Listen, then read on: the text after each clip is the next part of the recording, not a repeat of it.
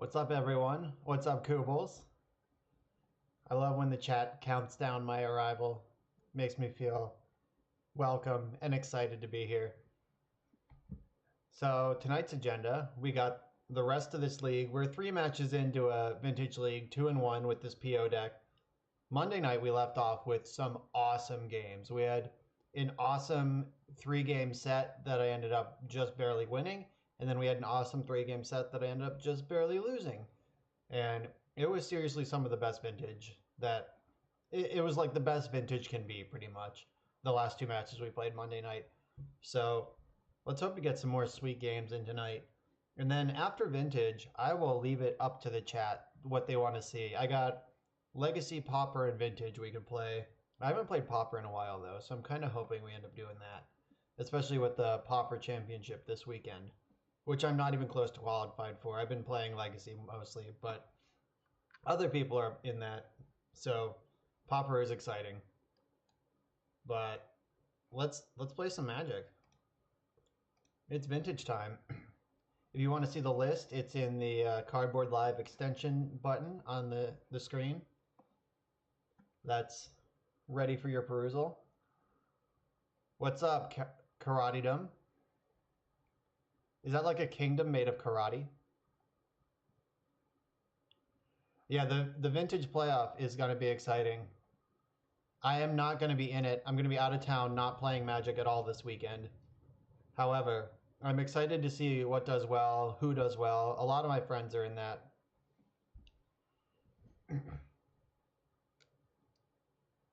Oh, nice. All right, so we are on the draw with a library. I'm obviously not going to mulligan this hand. So I'm going to keep. MTG Bot told me that they were on survival last week. Let's see if that's true.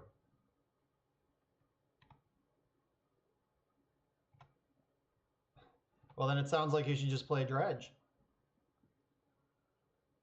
All right, so interesting situation here.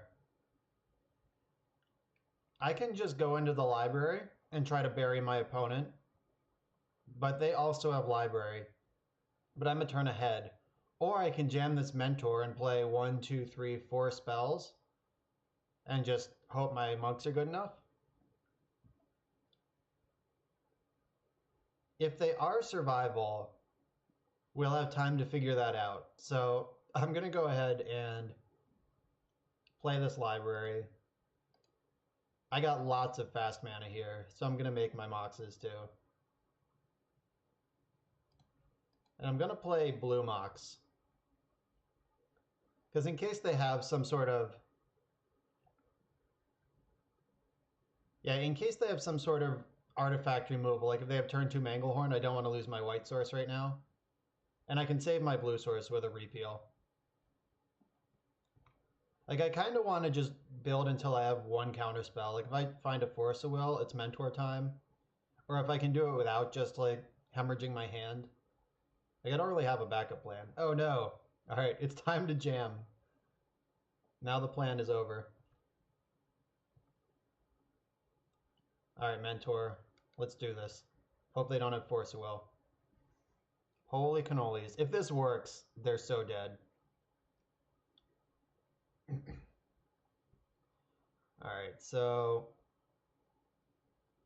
determining the correct way to sequence all this. Mana Vault.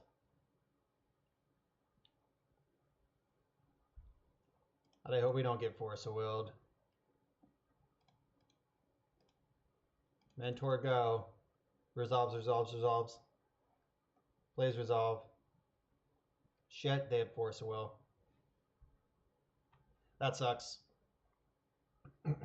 It does take him out of the library, though. That's pretty important. Alright, I'll play this top. I'm not gonna Lotus Knight's Whisper here. I'll spin my top, see what happens. Hope they don't cast Lavinia.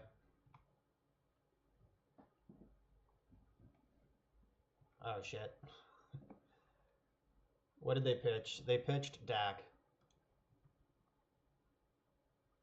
Hope we're not dead. This does not look like survival. This looks like Xerox.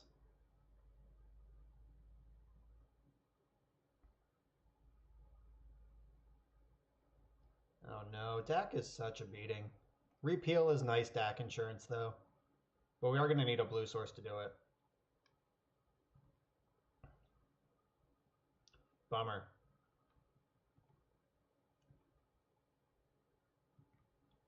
That mentor would have been good though. No.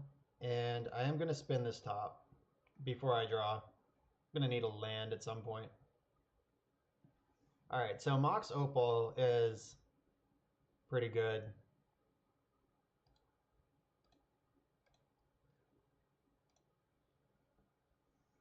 All right, I take one from that thing. I'm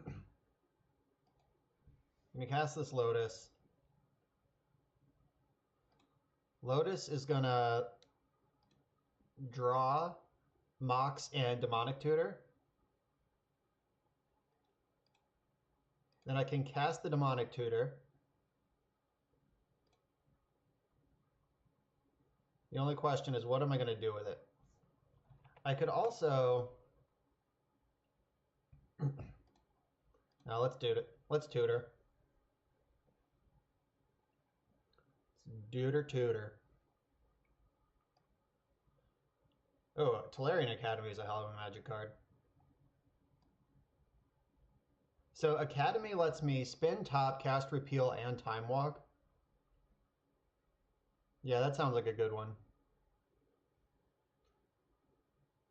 Everything else would involve passing the turn, which I'm not super excited about.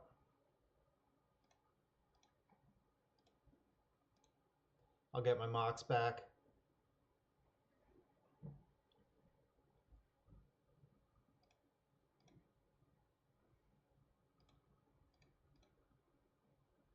Oh, baby.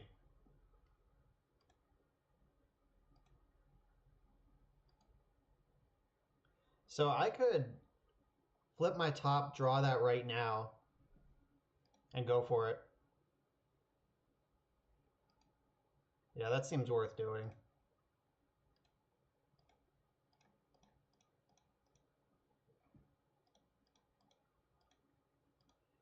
Hope they don't have Force of Will. All right. Looks like we navigated through this one. I have Vampiric Tutor and Sensei's top, so I should be able to put whatever I want in my hand. This is not the Storm build, so I do have to do some amount of work here to actually win this game.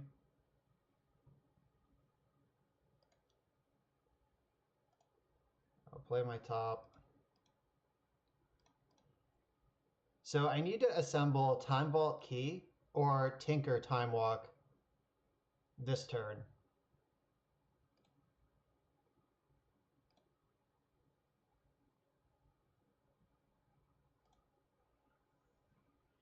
So I can spin my top, draw a card, Hercules myself in response, and just rebuy all this mana. Also, if I find a PO, we just get to go again. All right, there's Tinker.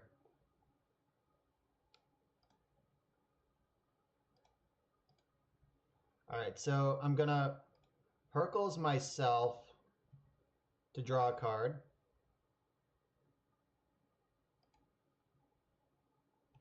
And to make some extra mana. I think if they had a counterspell, they would have done it by now. At least I hope that's true. Time Vault, go.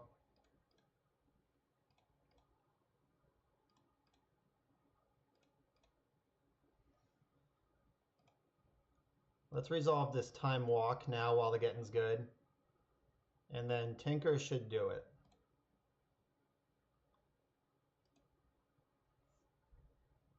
Nice.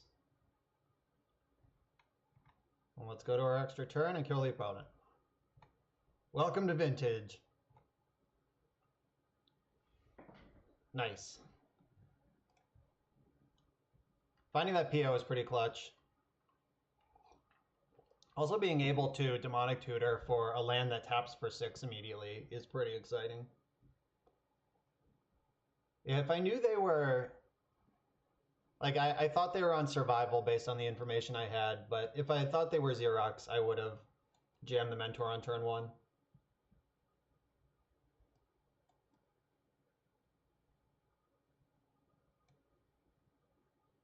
Alright, so against Xerox,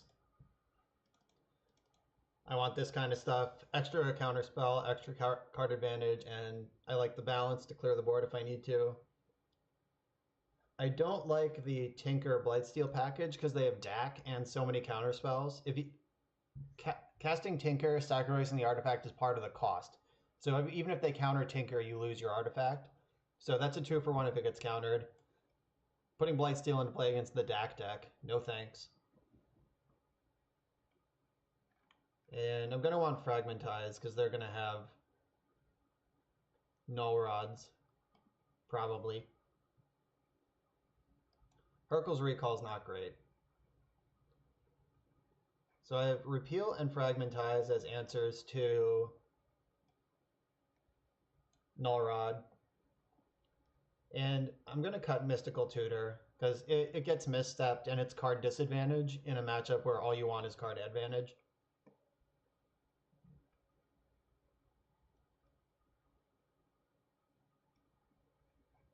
I could also cut a top for another land. That's a reasonable option. It's a thing you can do. I'm going to play with the 2 tops for this game at least.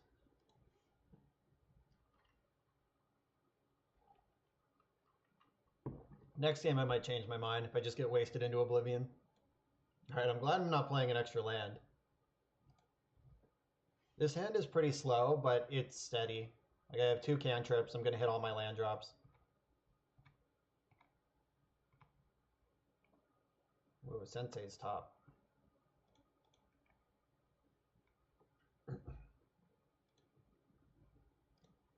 going to cast Preordain straight into this obvious Red Blaster misstep. Trying to bait a misstep here because I'd rather resolve Sensei's top. Ooh. That's pretty cool. Like, all of this gets totally wrecked by Null Rod. And I'm going to bottom Sapphire and draw a Soul Ring right now. So now I can cast top and activate it if the Soul Ring goes through.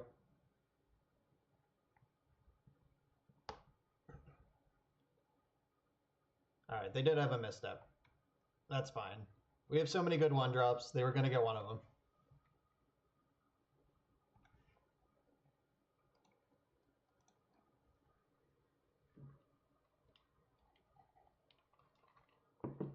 Yeah, trying to go fast in this matchup is usually a mistake. Because they have so many ways to mess up your day. Maybe I should have played out my Mox before I cast this. If I got Spell Pierce there, I would have felt pretty bad. I'm not going to shuffle. I'm going to put this Merchant Scroll in my hand. I'm going to keep fetching basics too. I have no reason to get wastelanded if I can avoid it. I have white and black in my hand. I'm going to get Ancestral Recall if this resolves, but I suspect they're going to Red Blast it.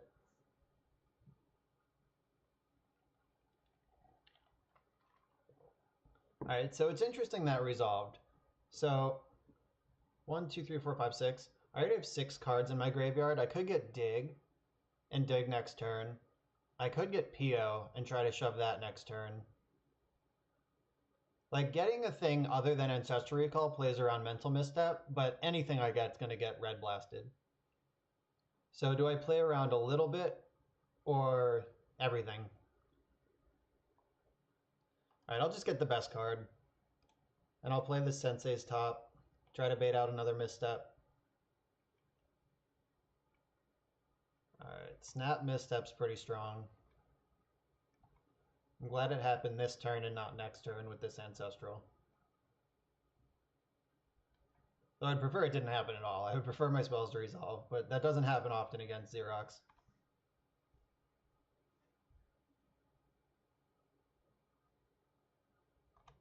Now they have a clock.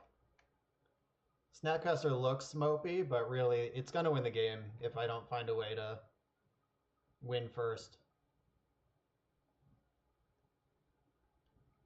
Oh no.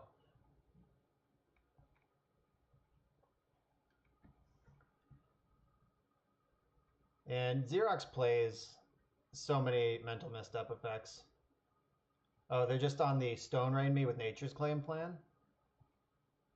Okay, that's fine. I don't like when my resources are constricted, but they were down to 2 cards in hand and casting Stone Rain. That's not that exciting for them. Like if they have Dak right now and steal my Mox, and then they get to start fixing their draws, that's pretty good. Oh gosh, yuck.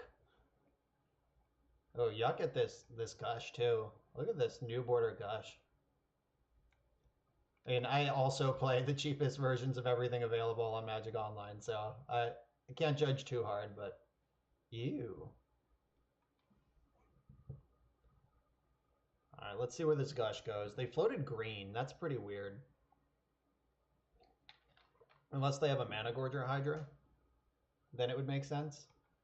Oh, they're just Snapcaster Stone Raining me again. Also notably, I've gained 8 life from these nature claims already. Oh, that was the perfect draw. So they have 4 cards in hand, and we know that 2 of them are islands.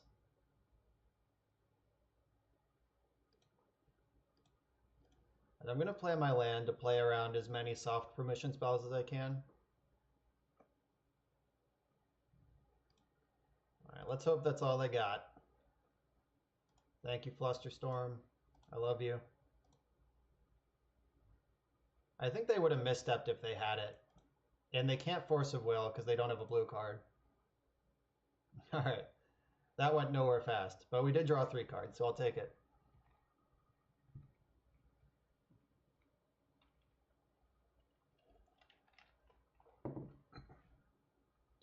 Energy Flux.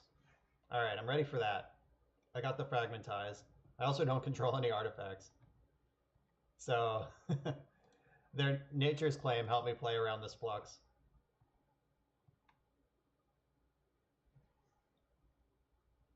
Alright, that's kind of interesting. I could use Repeal just to draw a card right now. I could play Lotus, then Repeal the Lotus.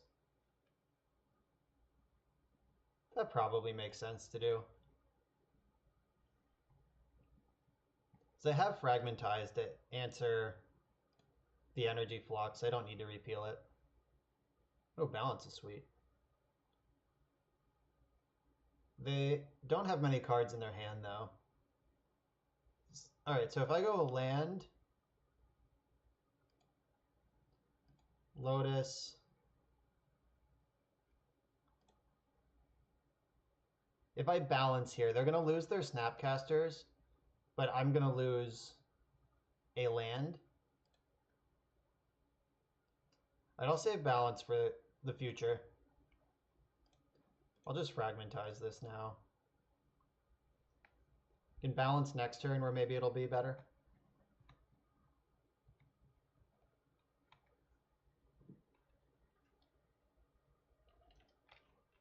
We still know one of their cards is a land.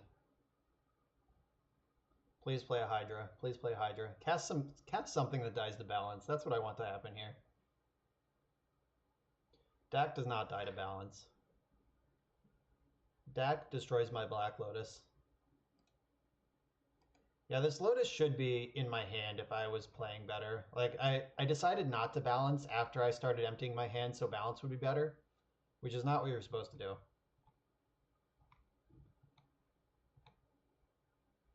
Mox Opal right on time. Alright, so if I play out the Mox Opal, they'll have to discard a card. Alright, so I lose a land.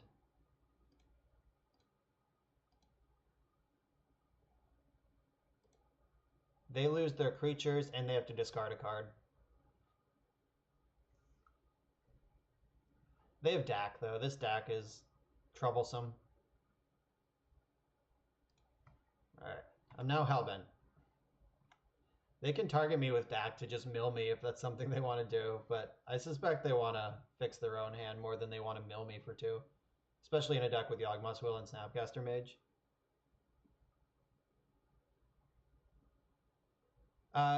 So that's a good question, Karatidum. Karatidum asked if I played the Karakas before balance, I would have sacrificed an extra land, but they would have had no cards in hand. Which might be worth considering, but I can't beat a Dak if I'm low on resources. Like, Xerox is tough. Like, it's a race to amass resources anyway. Oh my god. So, they just discarded... Well, this isn't going to get any better. I'm going to cast this and cross my fingers. If this resolves, we win. If it doesn't, we're in a whole lot of trouble. Oh my god, it happened. Right off the top. Alright, let's pop out this graveyard. We got options. Moxjet. Oh, they're F6'd. Let's go! So, I mean, obviously, hindsight, 2020, Monday morning quarterback, whatever you want to call this, but having the land in play now, when I'm like drawing that Yawgwill and trying to do as much as possible in one turn, I'm super stoked that I have that.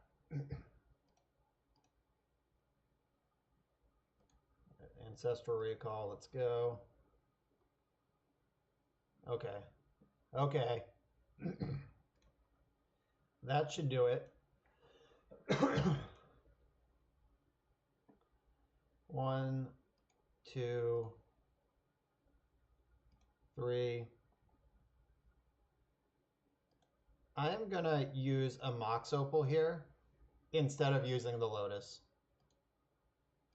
Because I lose a permanent either way, and Lotus can be more explosive later.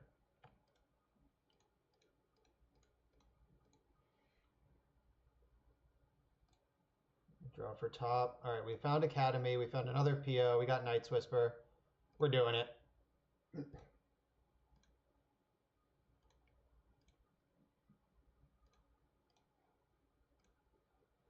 Clickety clickety. Settle in, folks.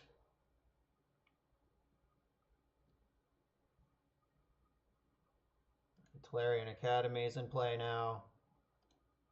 Sensei's Top draws me 2 extra cards. And it's free because I have Academy.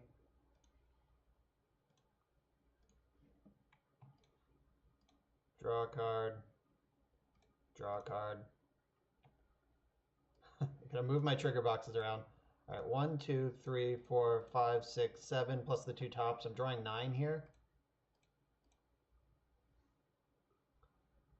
A pretty cool thing about this build of the deck is in the Storm version, you have to worry about floating double black as you go off.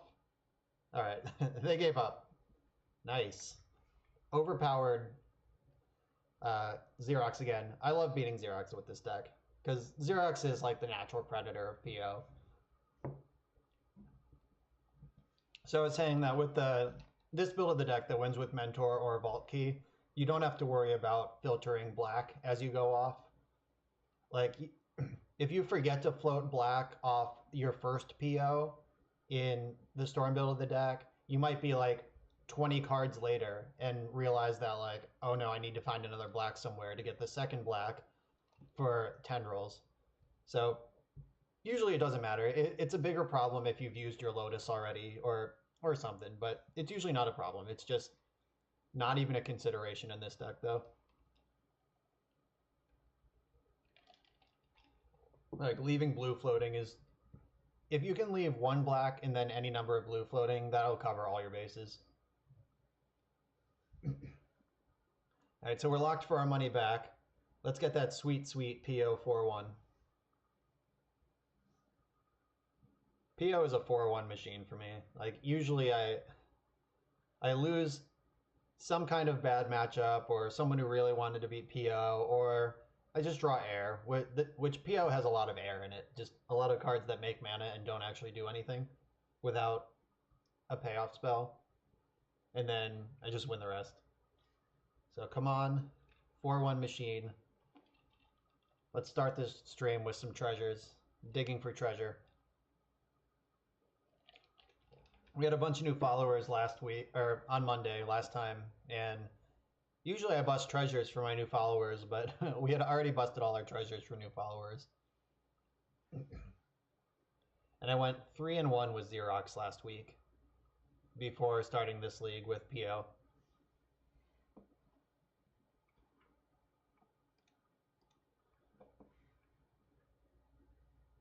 Yeah, so this particular build of PO, Cyrus Cormangill has been playing a like seriously savage, like hard mode version of the deck, where his only win conditions are Snapcaster Mage and Monastery Mentor.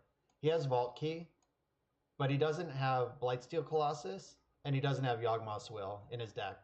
So if your Mentor and your Snapcaster Mage go to the graveyard, you lose. You just can't win anymore. You basically have to assemble Vault Key and hope that your opponent concedes. But the Yawgmoth's Will gives you another chance. Like if these end up in the graveyard somehow, Yawg Will gets them back later. The Tinker Blightsteel is a nice game one plan. It gets boarded out in a lot of matchups, but I like it in game one plans. It's also really good against all like the random like derpy humans decks, like the Hate Legends decks or the humans. It's pretty good against shops. It's pretty good against Dredge. Like if you can just turn one a Colossus, if you know it's like a speed matchup, it's usually good enough.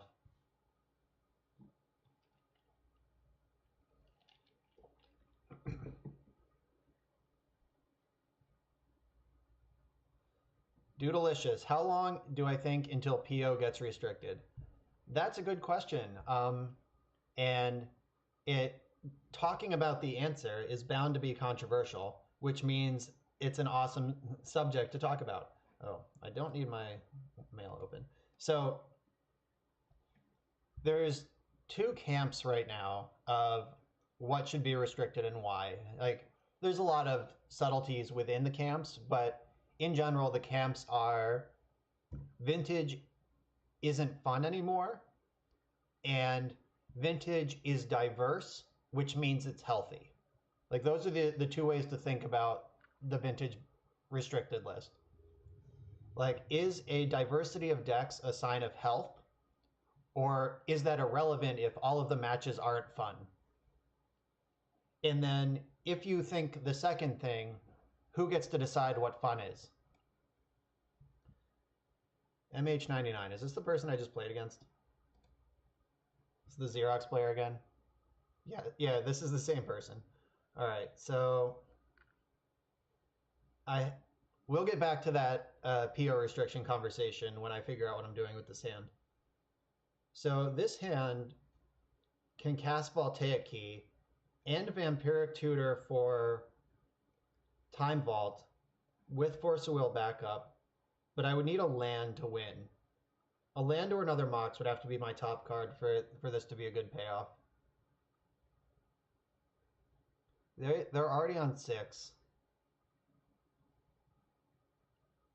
I'm going to keep this. Most of my deck is mana, and I'm on the draw, so if I draw any mana source, I have a turn 2 Vault Key with Force backup.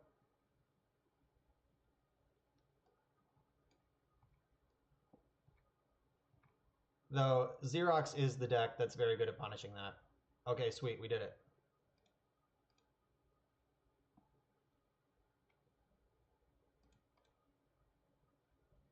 All right, so Mental Misstep breaks this up.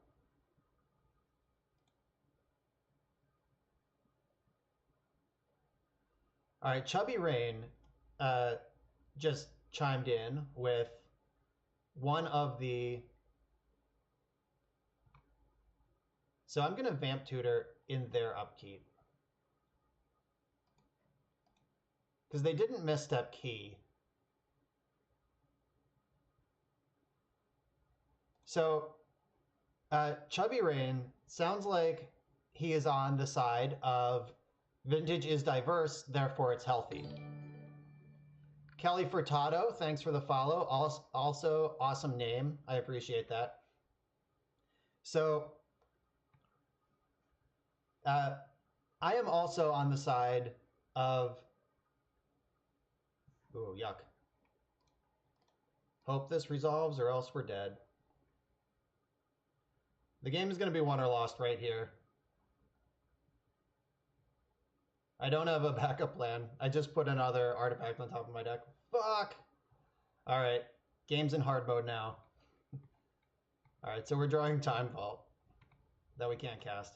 Okay, so I am on the side that Vintage is the most diverse that it's been in a very long time, possibly ever.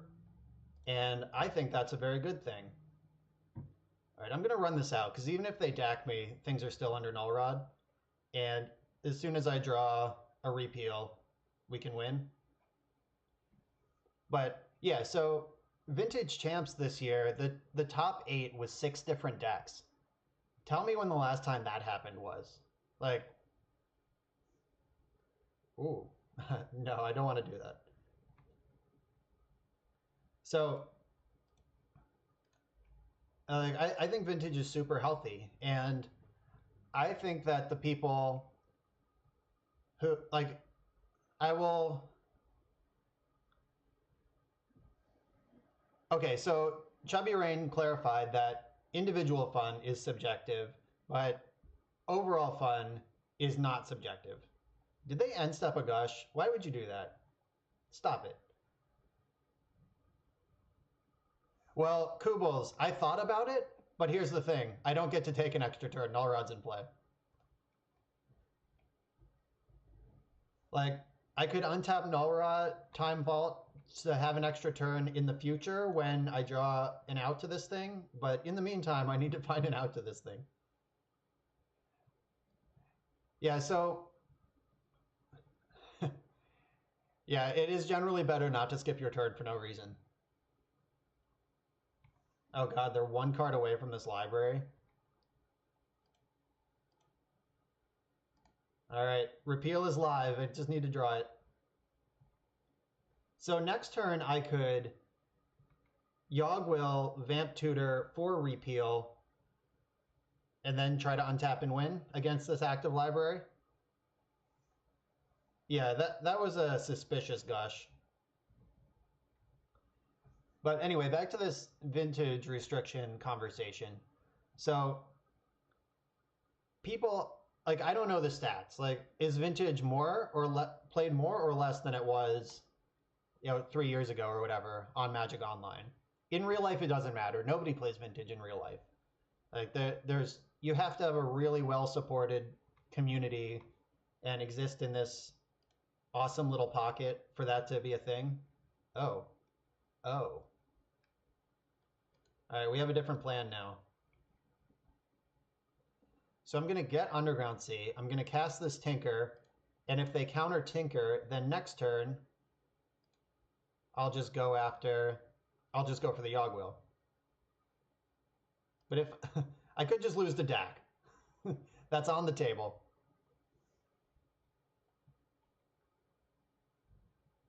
So the great thing is that this baits whatever they think they're scared of. Like, DAC just kills me. Like, that is what it is. Okay, cool. So that was handled. Next turn I can go for the Yogg-Will line and try to get through this. Yeah, unfortunately, now that they have Library, this is going to be really hard to work through. They just had turn 2 Null Rod against our all artifact plan. They haven't presented a threat yet. I say as they tap mana on their turn. But so Vintage is diverse, which I believe to mean healthy. I think they are equivalents. So let's see if they want to proactively steal one of my pieces or if they want to start looting. I think they should be looting. Yeah, okay.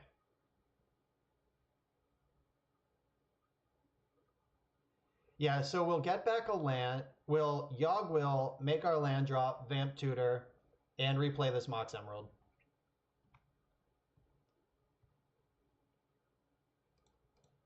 Or we could just draw a repeal naturally. Ooh, Academy. That's a magic card.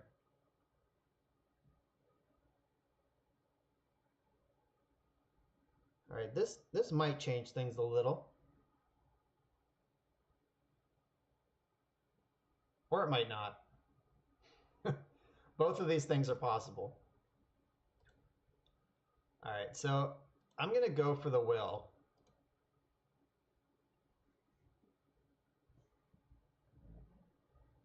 Yeah, we could will and tinker, it's true. But they have Dak in play, so I can't tinker anymore. And I can, but I'm not going to. I'm going to once again choose not to lose the game instead of losing the game. Yeah, tinker's a suspicious plan at this point. Though with their 6 cards in hand and Dak already looting. All right, so I could force this and lose my dig, or I could go into next turn and try to dig for an answer instead of... So forcing this, what does forcing this do? It exiles force and dig. Or I can force pitching force. I forgot I have this force in my graveyard. That works. Force pitch force, and I can still dig next turn. Right. Yawgmoth's Will is not Snapcaster Mage. You can totally pitch Force a Will in this manner. Yeah, chat is helping. All right, so now I guess the question is, do I stick to this repeal plan, or do I get just Mentor?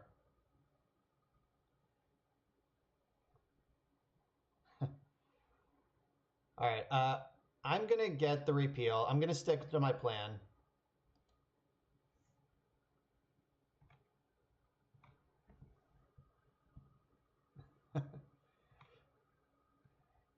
It's all right, everyone. Throwing bad ideas out there is the whole point of the stream. I get to say, hey, that's a bad idea, and here's why. Yeah, we're still like, they've seen 24 cards out of their deck. It's now 27. It's going to be 29 before this turn is over. They could also just steal my Time Vault and just nerf any plan I have to bounce this Null Rod and win. PO is already 5 colors, so like, it's not a huge stretch if you're playing 3 Mox Opals to cast Abrupt Decay. It's just like not the most efficient answer. It is the most powerful though. Like, Abrupt Decay would win this game on the spot. However, all right, they figured it out. The problem with Abrupt Decay is that you need artifacts to make green. And the thing you want to bounce turns off your artifacts. Or destroy it turns off your artifacts. All right, so what's my plan here? 1, 2, 3, 4, 5, 6, 7, 8, 9. All right, so I can, in fact, dig through time here. Though my key is gone. Yeah, we do have Ancestral still in the deck. 1, 2, 3, 4, 5, 6, 7, 8. Oh, we also have Hercules in the deck. Hercules wins on the spot too, because it puts this back in my hand and gets rid of this in the same breath. All right, so naturally, in their perfect hand, they had another answer to this. Unsurprisingly.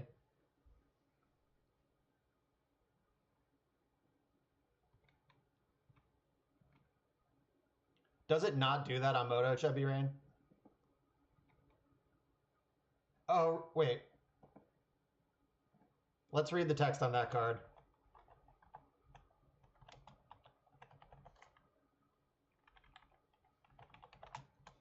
Does it bounce cards you own?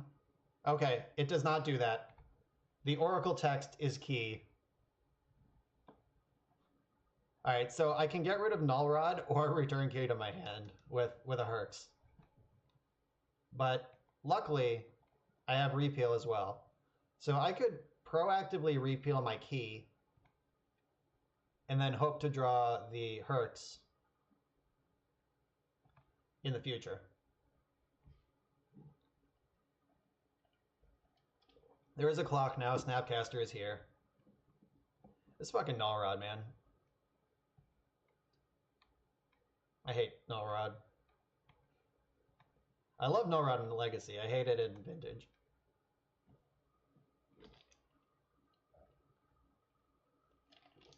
Alright, their hand is so good that they're discarding Young Pyromancers.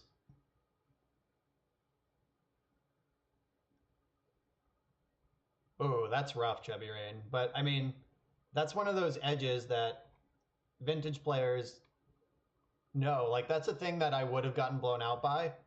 But now, instead of getting blown out by it, I get to blow someone else out by it once. Kelly Furtado, I think only Stephen Menendian ever played Doomsday in Vintage. Doomsday is a work really hard to feel really smart deck. Though I don't think it's ever actually been good. Yeah, Doomsday is a pet card. Like, nobody who just wants to, like, win matches. Right. Alright, so they're back in the library. I do not want to skip a turn, certainly not now. Alright, so I guess I just have to try to herc this Null Rod and win right now. This isn't going to work, let me tell you. What of the 7 cards in your hand would you like to counter this with?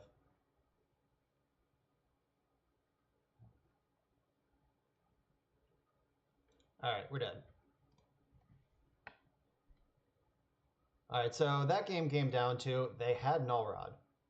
They also had Library. They had lots of stuff. Alright, Fragmentize, Balance. We just did this against the same opponent, no less. So the Blightsteel package can get out. Don't Love Mystical Tutor. And I gotta cut one more.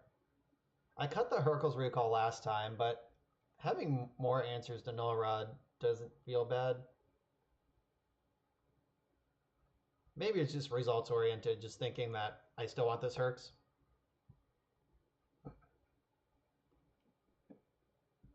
Night's Whisper is really good in this matchup. It's a non-blue way to draw cards.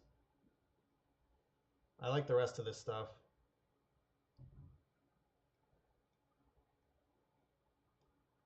Alright, I'm going to cut one of my tops.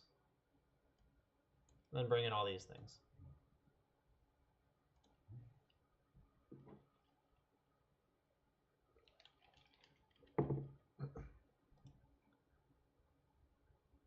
Monastery Mentor, but not going anywhere fast.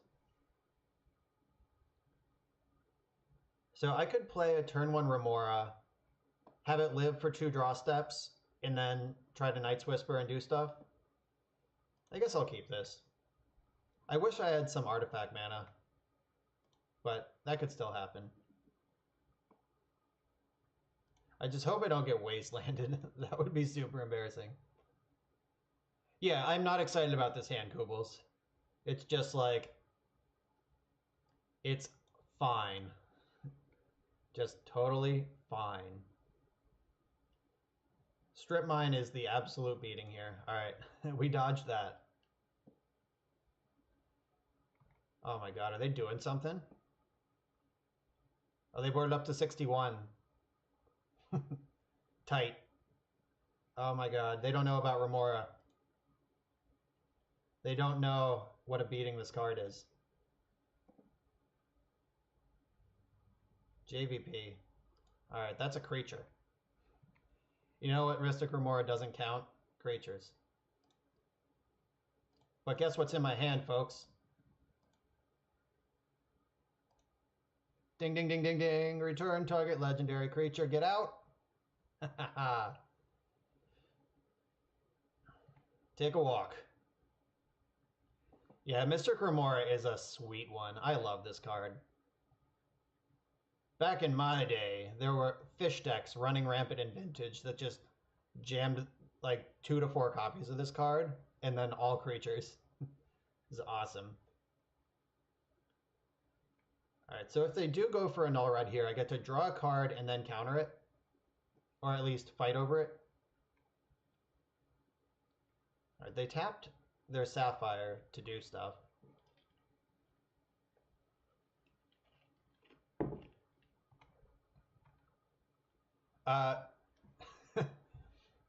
The fish decks, it's just like a total fish related theme. Alright, so Jace is back.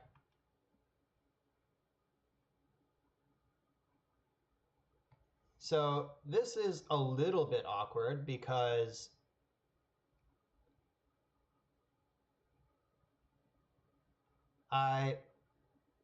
we can repeal our Remora, but that doesn't really do anything. Yeah, so I can't bounce the Jace and pay for Remora, but they can't get value off this Jace without triggering Remora. So I am going to pay this upkeep one more turn. If we draw a Mana Source, we get to ride it a little longer. Alright. We can cast Mentor plus have Force backup and trigger Mentor at least once next turn. That's the plan. And if they want to do anything this turn, it's going to trigger my fish. I guess they could play Young Peasy. But you know who embarrasses Young Peasy? My good friend Monastery Mentor. Alright, there's that. To the surprise of no one.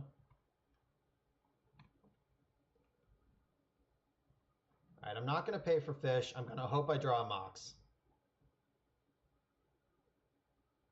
Oh, Null Rod. Okay. I'll draw a card.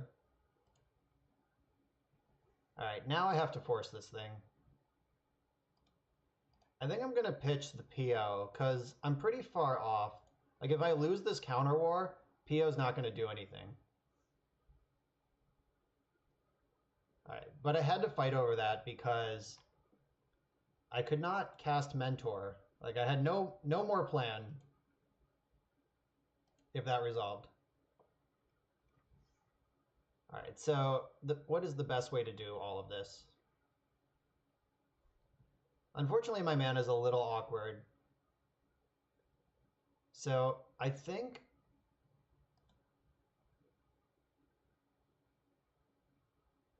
an Emerald. I'm going to cast Vault with the Emerald. Like, I get one less Mentor trigger this way.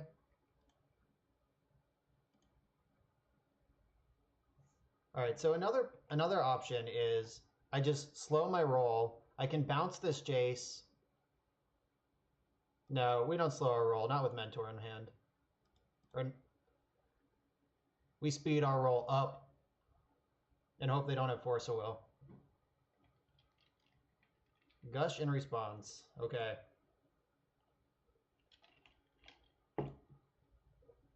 Let's hope they don't draw Force of Will.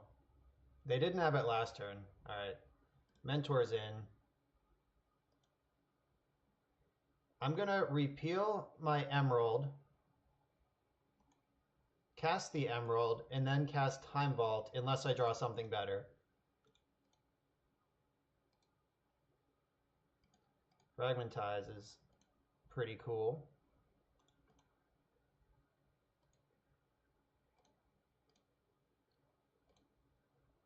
Alright, so Mentor is literally killing them on board, and then... Yeah, my opponent has not played perfectly. I will say that. Like that gush was real weird. That's the second or third, like it's the second my turn gush. You want to make them read a book? That's totally fair.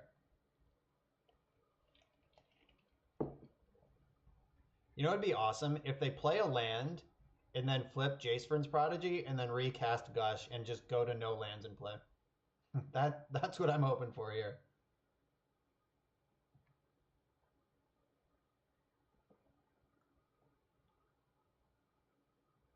Maybe, but like, I guess depending on what's in their deck, they could just like Gush for real value, neutralize Mentor with the Young Pyromancer for a while they bury me in cards.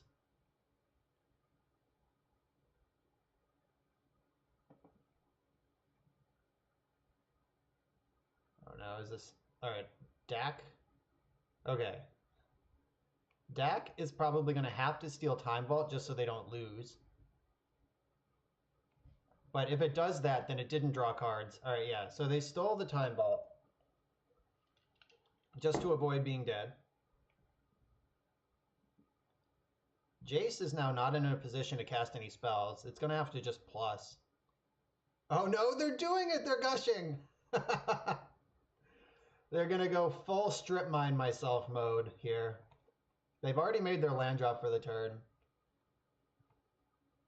Folks, I have not read Stephen Menenion's book, but I'm pretty sure this is not how he described casting Gush. Yeah, if they just waited a turn on that, then they would have had 4 mana to work with instead of 0. And 4 is a bigger number. I can't untap that. Gotta take some damage. Yeah, they're giving up their ability to stay in the game too. Alright, so I'm going to lead on Knight's Whisper because I have more blue sources than black sources in the deck. And if I draw a blue source, I get to cast another spell this turn. This also ignores... Okay, they're on Aggro Force of Will plan. Yeah, this ignores Mental Misstep as well. Alright, so... figure out how to attack here. Jace can't do anything useful next turn, so I can avoid it. Dak is going to be good, though. I can't attack with Mentor because they could double block it. Alright. I can attack Dak with all creatures except Mentor.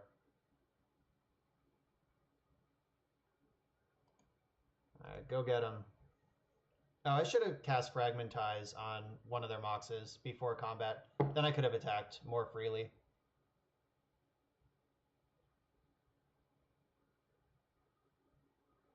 Alright, so all their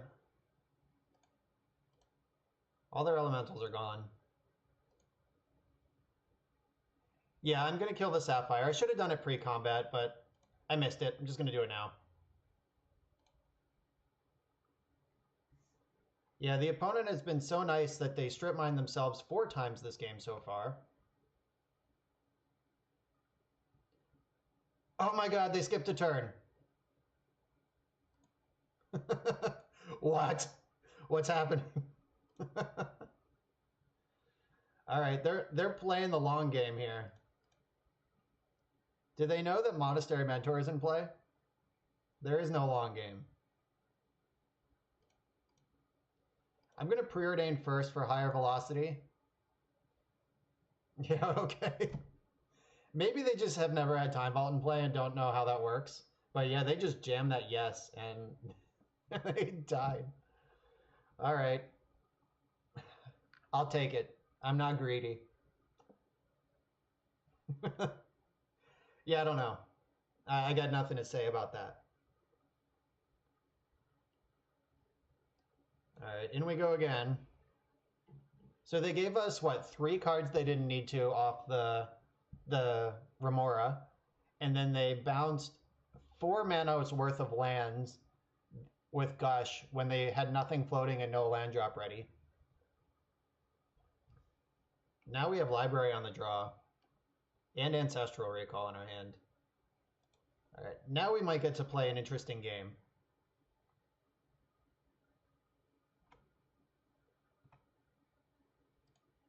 Cha-ching.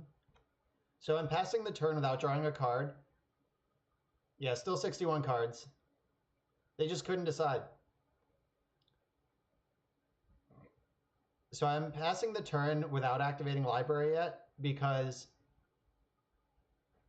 Okay, so I think I am going to force this, right? Or do I save my force for...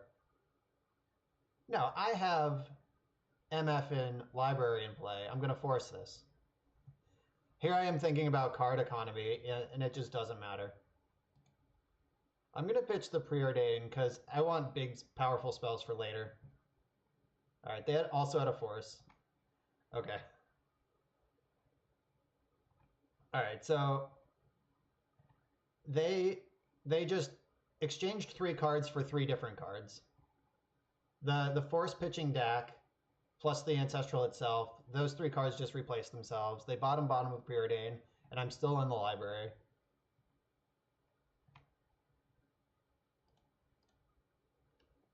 Draw.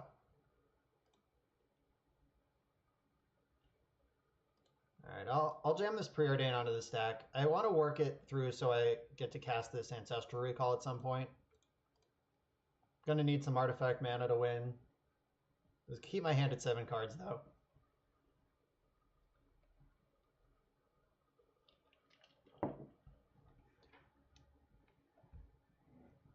The old end step fetch without knowing the top card. They just bottomed 2 cards with Preordain and then fetched in the blind. So they just shuffled the 2 cards they didn't want back into the deck. All right, we're in a position where we can play through this pretty reasonably. All right, so I'm gonna make my land drop. And then, so I can cast Night's Whisper, or I can pass holding up Library and Ancestral. Yeah, I am the control deck now. They are the beatdown. So I'm just going to take my sweet time. Until they present a threat, I'm just going to draw cards over here. Force of Will is a good one. We're going to want that eventually. Land. As I can run this out. I'm going to answer this Null Rod eventually, so I'll just play that card. Keep my hand fully stocked.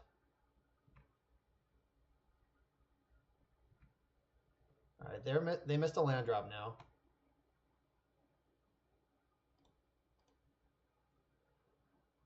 Tick-tock goes the library. Take a look in a book. Oh, please stifle this.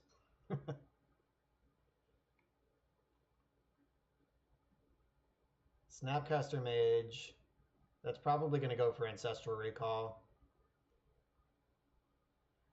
I'm going to force pitching Dig to counter this, and I have Flusterstorm to make sure I win this fight. I'm not really going to need Dig because I'm still in the library, and I want Repeal to answer this Null Rod eventually. Still get to draw a card because that's how library works. And since Storm is a million... Yeah, so since Storm is high, this is my chance to Ancestral. The coast is clear. They would have to have 2 missteps or like misstep and Red Blast.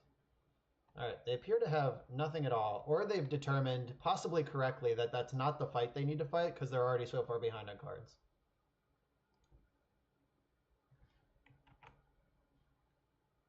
All right, so I have Preordain and Ponder. I also have Time Vault and Voltaic in my hand right now. So I want to sculpt my hand full of counter spells and then win next turn. So let's look for some counter spells. JK, I'm going to cast Monastery Mentor and win the game.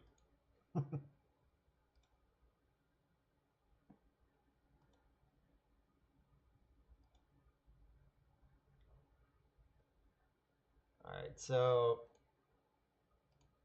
they don't play Blood Moon, and I'm already just pants down to a Wasteland. And a Wasteland or Strip Mine would have to target Library anyway for them to have a chance in this game. Alright, so I can jam Mentor.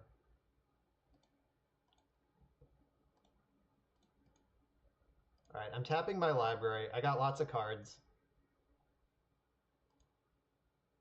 And I'm going to preordain here.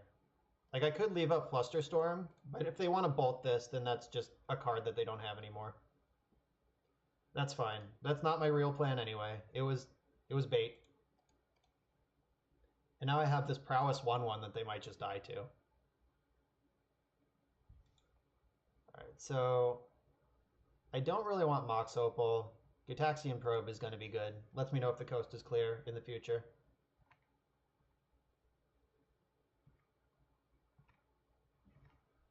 I can probe next turn. Make sure my stuff's going to happen.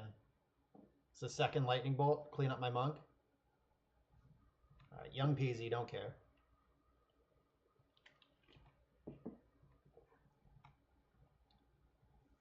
Alright, so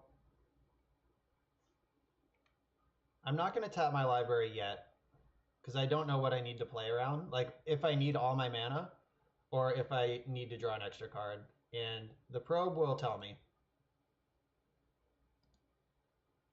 How about you just have nothing? They have force but no blue card. Oh, they do have Nature's Claim. Alright, so this Nature's Claim, but I have Flusterstorm. So I have 1, 2, 3, 4, 5, 6 mana. 1, 2, 3, 4, 5, 6, 7, 8. I would need 8 to execute this plan though. So I'm going to go for an end step repeal. Yeah, I'm going to go for end step repeal because it's the least efficient. Like, I can Herx for 2 mana on my turn and repeal is going to cost 3. So I'm just going to hold my horses. I'm also not going to attack because this monk is not my win condition anymore.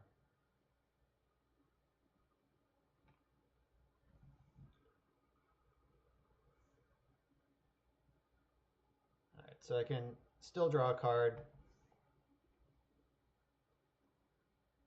Lightning Bolt, huh? Is that targeting my monk? Yeah, that resolves. You can attack for 2.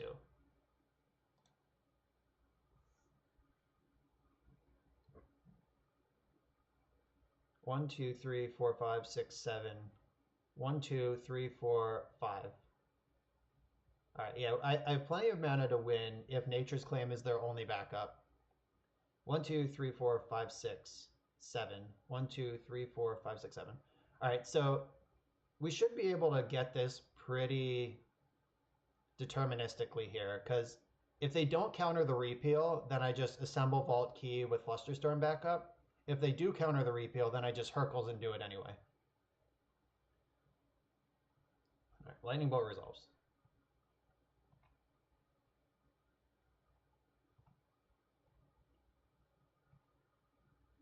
You got me. All right, in the end step, I'll draw a card and then repeal them. Oh, now I have Fragmentize too, so life, super easy mode. Did you draw a blue card? You did. All right, force pitching, force. I'm not going to Flusterstorm here. I'm going to Flusterstorm on my turn to counter the Nature's Claim. 1, 2, 3, 4, 5, 6. I am going to fetch right now, though, because there's only one fetchable land left in the deck, and I don't want to draw it. I guess I can still Herx right now, and the coast is clear. I don't even have to Fragmentize. Gotcha.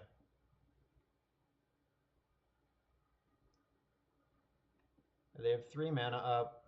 It's going to cost them 1 to cast the claim. Oh, they're just clipping my Ruby right now? That can't be right. Alright, yeah, get out of here. And PO.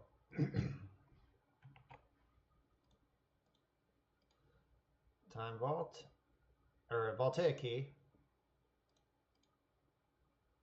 Time Vault. Nature's Claim. Pay 4 for that, please. And then we win. Let's see if they make me play it out or if they just scoop it up. So their hand is Mox Ruby Null Rod. They're probably going to make me show them a win condition, which is fine. I just have to do it in 5 minutes or less. Oh no, they conceded.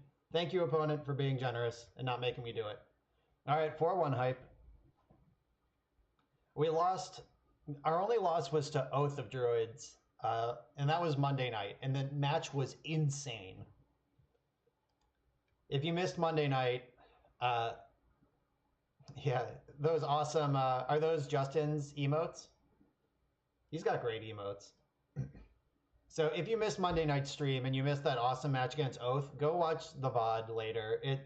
It's on my Twitch page and it's on YouTube. YouTube's linked under the stream. And that match was absolutely ridiculous.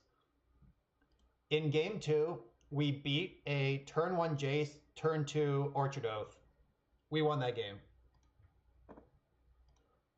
All right, let's bust some chests. We got a lot of new followers since last time I had chats. Oh, those are chubby emotes. You also have awesome emotes.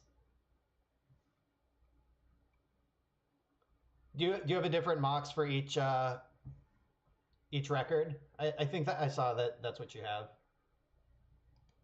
All right, play points. Open. General's Kabuto. Isn't Kabuto a Pokemon?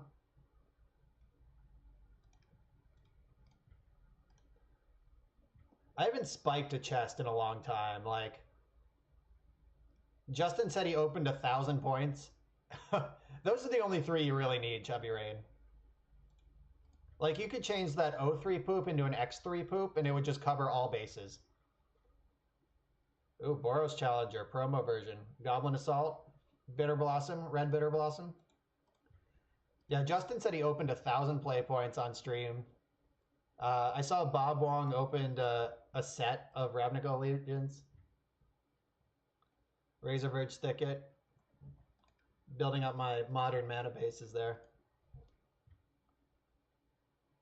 Scyzon, Perverter of Truth. I won a lot of games with this card back in the day in EDH. One more chance to rule them all. 45 play points. That's big money. Fat stacks. 45 Richard Garfield fun bucks. They even gave us a Norn Xanax to go with it. That was sweet. All right, chat. I'm going to go refill my drink and urinate real quick. I'll be right back. Weigh in. What do you want me to do next? I could refire this deck into another league, or I could play Legacy or Pauper. Those are your choices. I'll be right back.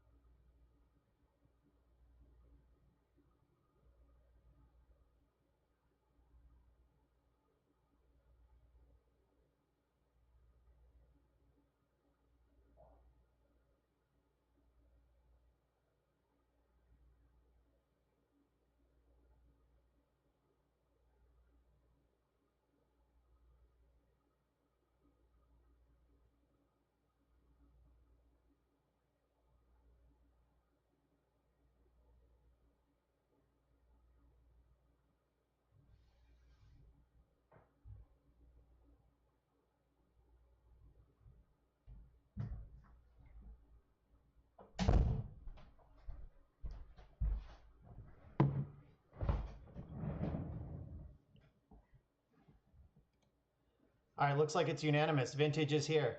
I'll go right back in. I liked this deck. I like the Tinker Blightsteel. A card that I don't have that I kind of like against the Xerox meta is Karn. Karn Scion of Urza. Like, Karn is a non-blue source of card advantage that can come out of the sideboard. So let's... No, he is not in these other products. He's in my cards. Karn. Alright, so I have not been playing against a lot of graveyard decks. And I know I'm taking my life in my hands here, but so I could go down a Tormod's Crypt or down an island. I don't know. Or I could just leave Karn on the sideboard or off the bench. Bob Pizzas, thanks for the follow. And JMD037 also thanks for the follow. Followed while I was away. This sideboard has been pretty clean. I guess I've been doing a pretty good job overpowering Xerox. I think I'm like 3 or 4-1. I think 3-1 against it on stream the last 2 leagues with PO. All right, whatever. My win rate is positive against the deck I'm worried about, so I don't want to just randomly lose to Dredge. So in Pittsburgh, we used to have vintage tournaments until the local store made a lot of bad decisions that killed them. But do I have a 61 card main deck? Oh, you're encouraging me to do that. I am not going to do that. That's pretty bad. See, when your deck contains Ancestral Recall, you want to maximize your chances to draw it. That's my rule. All right, let's get in again. More vintage all the time. Yeah, so back when Pittsburgh had vintage tournaments, we had what was called the Steve Rubin factor. Steve Rubin was the only person in Pittsburgh who owned Bazaar of Baghdad's. And when we arrived, we would just decide if we needed Graveyard Hate or not based on if Steve Rubin was in the room. Oh, this hand is going nowhere fast. So I have a PO and I have a Force of Will, and I can figure out what they're doing and draw a card. But this is so medium. I don't know, like a Ponder or like even a Preordain would be pretty good. So I would keep this hand if Preordain or Ponder was in it instead of Gitaxian Probe. So is that an argument to keep Gitaxian Probe? It sees fewer cards, but it's worth more because you get perfect information. Academy is also non-functional right now. But if I like probe into Mox and then on my turn draw Mox, I just get to PO with Force backup. I'm going to keep this. It's a sketcher. Like, I might not keep this at Vintage Champs. Yeah, exactly, Chubby Rain. Like that, the Vintage community is small enough that most people know what other people like to play. And, oh, we're against shops. Okay. So, and like the sideboard value is enormous. Like having certain cards or not having certain cards is just bonkers. Like having 7 slots in your deck for Dredge, but then nobody's playing Dredge. Like those 7 slots could be so many good things. Yeah, they have a Revoker, so I'm not playing out this Mox Pearl. And I have Force and Herx in my hand. So I'm just going to fetch land go here. So they have Shop and Jet. So they can play Overseer and Revoker this turn. They have infinite mana. They have 2 shops and an Academy. Gross. Yeah, the Pittsburgh meta is always horrifically inbred.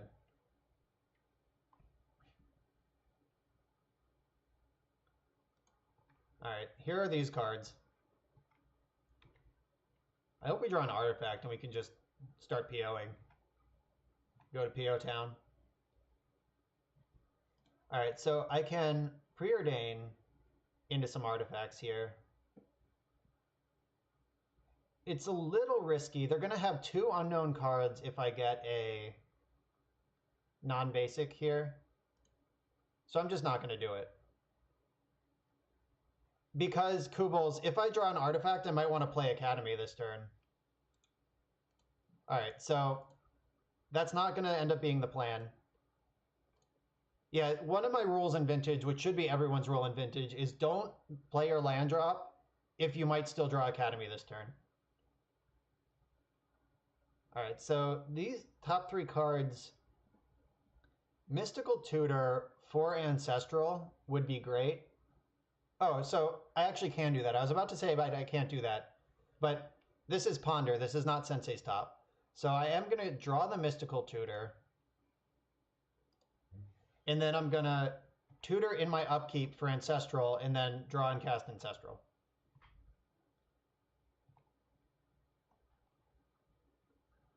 Yeah, Ponder gives me a card right now. If that was Sensei's Top, it would have been pretty bad.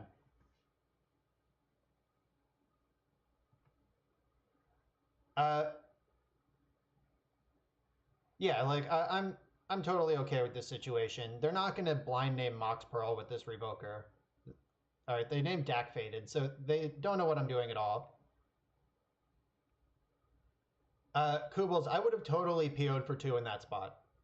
Like, getting ahead on cards and getting a little momentum against this kind of anemic shop start is all I want in the world. All right, I'm going to have to do math, though. Like, I might be dead on board. Like, for next turn, so I might have to Herc them. All right, so there's the Revoker and the Academy. All right, so I'm at 14, and they're going to attack for 8 next turn, 9. Yeah, I am dead on board. Yeah, so I'm going to have to Herc them in combat next turn. Or at least in response to... what's his shit? Ballista. Alright, I prefer not to expose my Academy here, but I am ready to Herc. Okay, cool. So...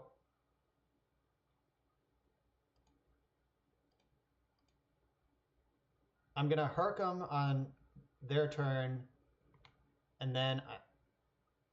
let me make sure I don't die here. So... they can Ballista me for 3 in response to the Herc, and then recast... Alright, yeah, I'm good. Then we should be able to PO for 2 to start next turn, and we have Force ready. Forcing Ballista would buy me a lot of time. Ravager. Alright, I don't care about that. In fact, I would love it if they started spewing things. Oh, did I care about that? Did I just die? 1, 2, 3, 4, 5, 6, 7, 8. No, I'm good.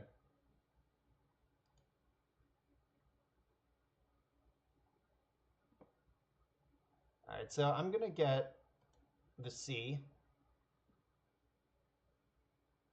1, 2, 3, 4, 5, 4, 5, 6, 7, 8, 9, 10. 1, 2, 3, 4, 11. All right, yeah, they can put me to 2.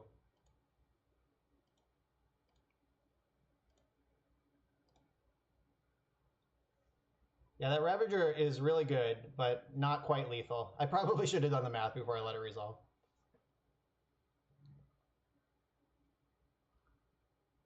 All right, they just didn't even go for anything. They'd rather redeploy.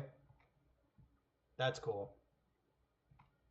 And I have Force for a Sphere. Yeah, they didn't even do like the free pings. They could have dealt me 3 there, and they chose not to. All right, they're going to revoke my Pearl, which is not the hugest of deals.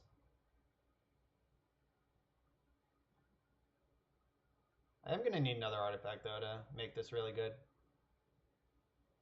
All right, there's Ravager.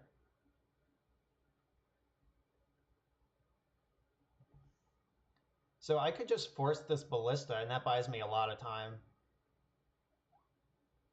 Overseer. All right, so is Overseer or Ballista more damage? Or do I just have to try to win next turn? So I'm going to have... Overseer is more damage. I think you're right. So, but what is actually worth more? Like preordaining to look for more artifacts? I think I need to preordain for more artifacts. Like I just have to let all this stuff happen and hope that I win next turn. Yeah, I agree with that, Mormigo. That is the same conclusion. Yeah, we're probably in trouble if they get another turn, but I want to make sure, do my best to make sure they don't get one. Come on, artifacts. All right, cool. So, yeah, we are definitely dead next turn. So I have to try to set up my biggest possible PO. So, Time Vault is half of my path to victory, but it also doesn't help me along the way. So, Mox Sapphire I'm definitely keeping, but am I bottoming this Time Vault or not? So, Sapphire lets me 1, 2, 3, 4. I can PO with, yeah, this Time Vault's not going to help me.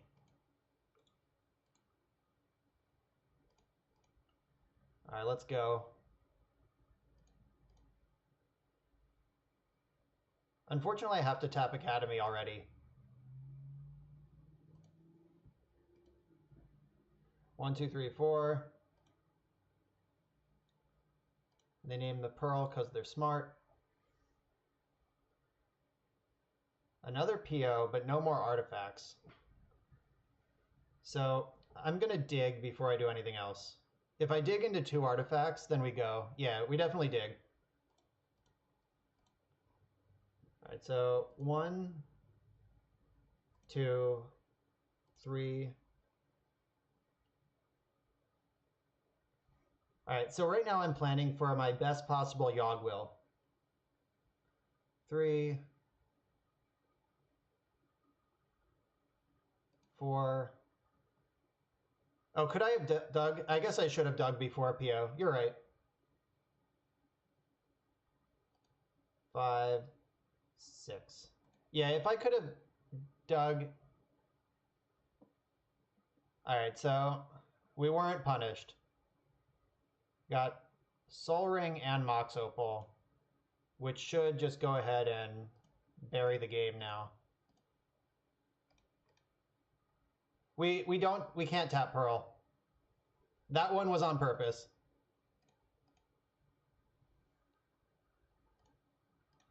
Yep. I should have dug first, but I didn't miss floating mana. Yeah. My opponent did. Look, I'm trying to tap it now. 1, 2, 3.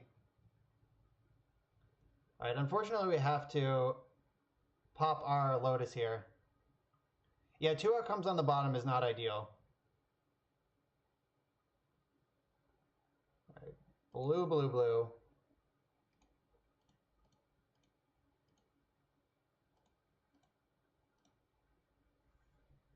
All right, let's not fizzle out here. All right, we're starting to get in some trouble. All right, Crypt. All right, so I have Sapphire that I can repeal, so I still get to Night's Whisper before I have to do anything else. Yeah, we get 3 more draws. Yep, hashtag keep the faith, chat.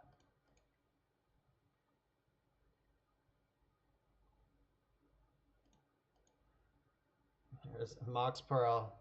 That sweet, sweet Storm count. Unfortunately, I'm not playing Storm cards in my deck. All right, so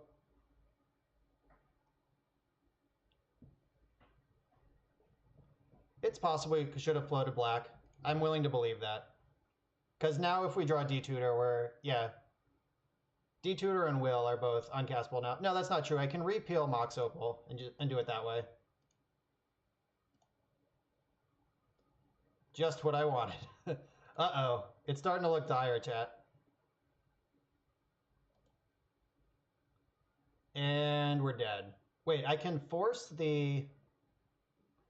What can I do here? So, 1, 2, 3... 1, 2, 3, 4, 5, 6, 7, 8. I can force the ballista. And then what? So I should replay this opal. 4, 5. Unfortunately, can't do this. 1, 2, 3, 4, 5, 6, 7.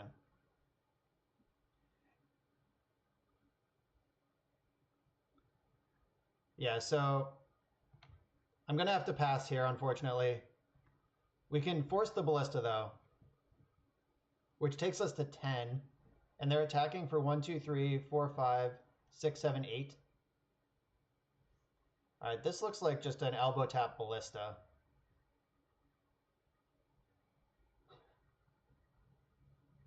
Yeah, this is, here goes everything.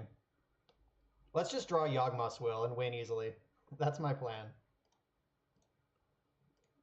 Get out of here, walking ballista.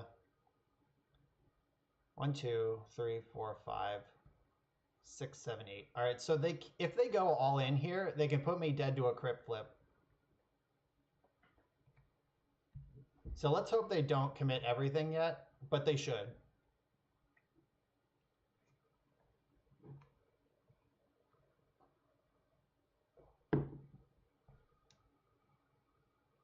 All right, we just need a Yawgwill or a Snapcaster Mage, and we need to survive our upkeep with this crypt. All right, they didn't take that line, which is crazy. They should have just sacked these 2 Mox in to put me dead to crypt.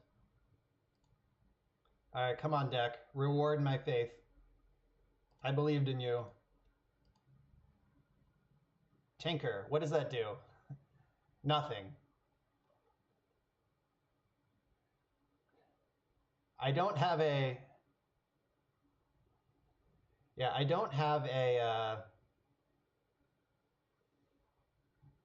what is the card?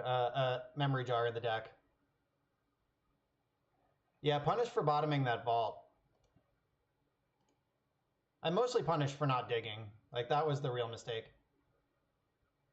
Yeah, I'll get top. That's a really good call. Chubby Rain is very smart. Sensei's top is a build your own memory jar.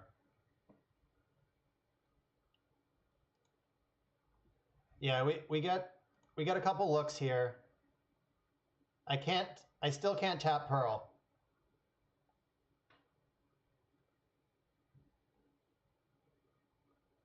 Yeah, it's all true, More McGill. Math is hard. Hey, baby.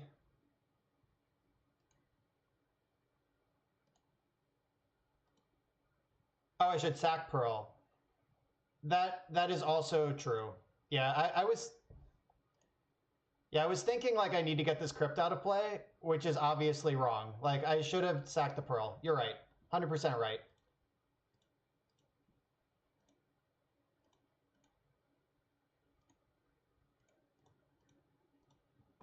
Yeah, so now I just have less mana while I'm going off than if I hadn't done that.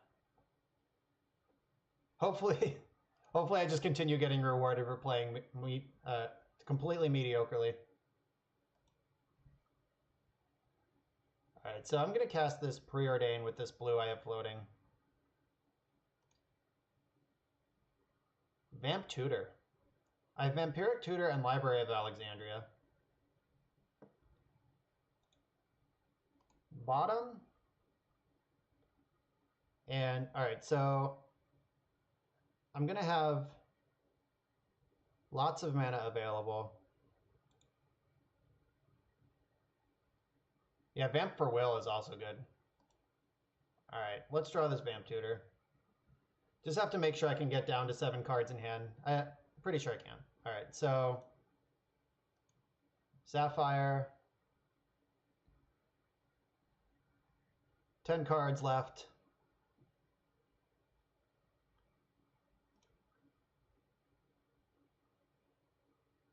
Vamp before getting down to 7? Yeah, that's what I mean. Oh yeah, I can draw with top too. I can do whatever I want. Everything is awesome. Alright, so what does Will do? It gets back the Mana Crypt and the Lotus. Yeah, I know we have a land drop. I'm planning it for Academy. or for library. So Opal. And I'm gonna vamp for the will, and that should do it. PO is super disgusting. Welcome to Vintage. All right, so Yawgmoth's will is now on top of my deck. All right, I've managed to incorrectly stack this library, so we're on to the top plan. Just play tight all day.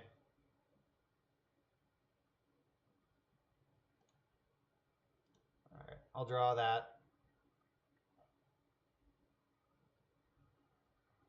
Yeah, the opponent did decide not to kill us twice. That was generous. I've also decided to make all kinds of mistakes in this match, so I'm not innocent. All right, now I'm going to play this land so I don't have to tap Academy, since I tapped incorrectly otherwise. Yeah, so if I make my land drop, then I can will with my floating mana, and boom. This is game one, and I'm taking a long time to take all my actions. Like, I'm already down to 11 minutes on the clock. I'm going to have to speed this right the hell up. I'm not going to Gataxian Probe. So, PO.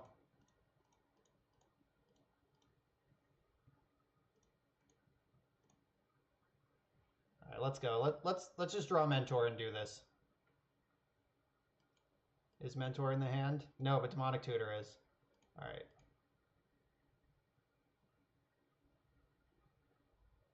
And do I have Time Walk yet? No. All right, D-Tutor, go.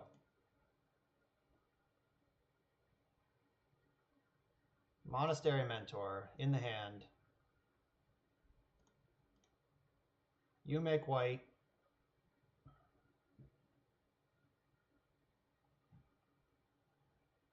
Yeah, they definitely gave me extra turns.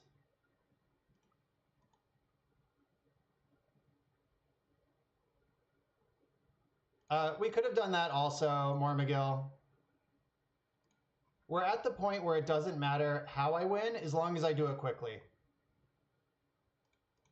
Like, clicking through all these Mentor triggers, and I have to win another game. Like, it's taken me 15 minutes to get to this point. Yeah, it's choose your own adventure. Maybe at some point my opponent will concede, but it seems unlikely. I probably wouldn't. All right, I just have to remember to click my Mentor triggers in the right order and yield to them, and this should be fine. All right, so Black Lotus, go. And my opponent still has not F6'd, so I don't know what their plan is over there. But they're still doing stuff.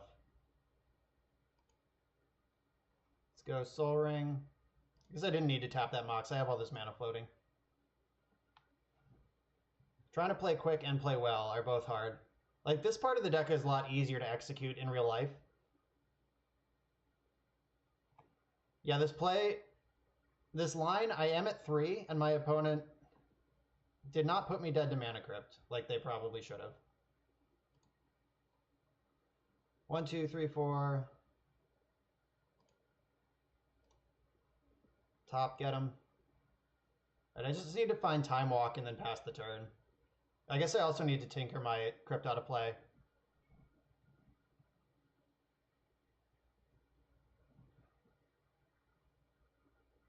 Yeah, so I'm going to cast this Tinker before the turn is over to get rid of the Mana Crypt.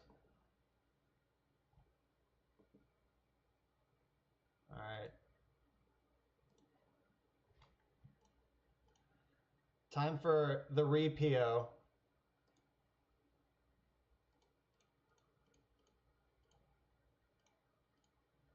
I could pick up Mentor here to save myself time. I'm going to do that. Because these monks are going to be lethal, and I can stop clicking so much if the Mentor's out of play.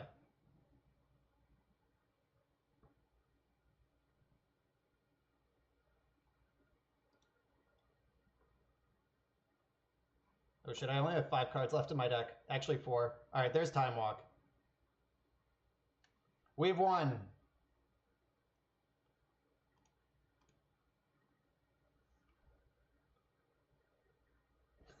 We took the long way, folks, but we did it.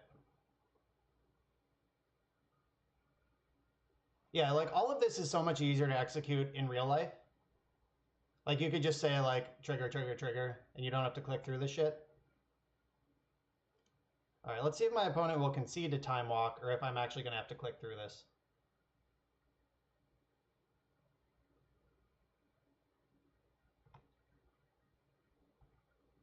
Alright, so I am just going to stop taking game actions. And then untap and play all these Moxen out. Alright, so 1, 2, 3, 4. Doesn't matter, doesn't matter, doesn't matter. Doesn't matter. Doesn't matter. Doesn't matter. Gone, gone. Gone. Gone. Gone. Gone.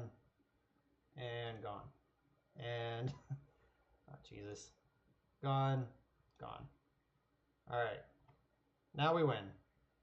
And Blightsteel's back for more.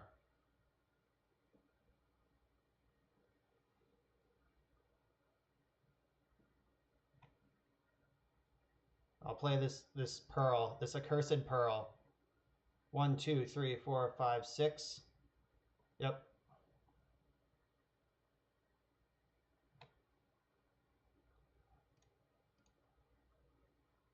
Alright, so I'm just going to make super sure, and then now I'm going to combat.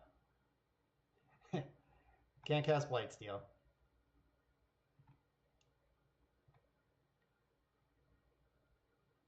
Alright, let's go.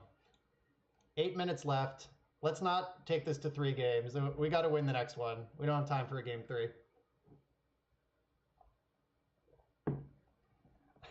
Yeah, that is a terrifying emote, Admiral Sandman. I don't like that at all. I am so scared of the Moto Clock. I'm not going to lie. Alright, Merchant Scroll is clunky.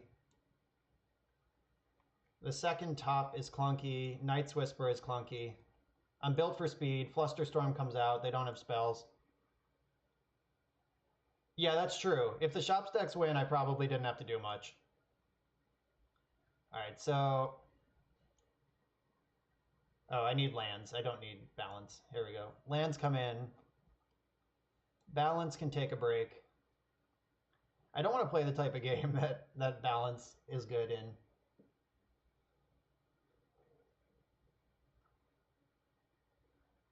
Alright, I gotta go one more thing.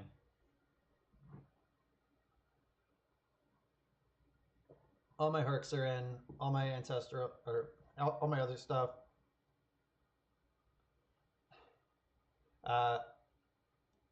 What's the cut here, team? I have not played with this deck, this version of the deck, enough to be super fluent with sideboarding yet. Like, Mystical Tutor and Vamp help an early Tinker get set up. I need all my fast mana, all my lands. Tinker's real good. That Tinker for a top plan was fucking tight, by the way, Chubby Rain. That was awesome.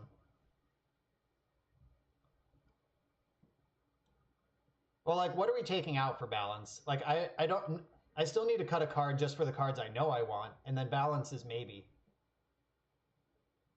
Yeah, balance is not that great. I'm scared of their non-creature permanents, which all of my sideboard cards handle. I gotta cut one more card, though. Maybe it is just Mystical Tutor. He cuts...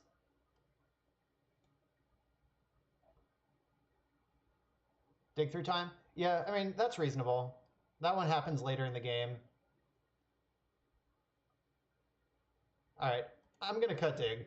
That's what I was leaning towards, and then the chat all said it, so I'm off it. It's the most expensive spell left in the deck. All right, this hand is full of cantrips, but not much else. I don't like it. Huh. This hand's pretty wonky. All right, I hope they don't have Chalice. This hand's pretty good other than Chalice. Yeah, Probe is really great. Foundry Inspector, that's fine. Don't do more stuff. Shit.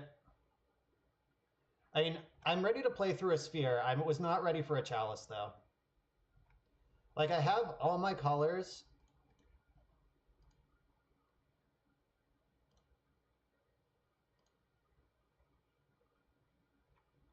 Yeah, like, we can play through Chalice, Sphere, or we can play through Sphere. Chalice, just, we're dead, though.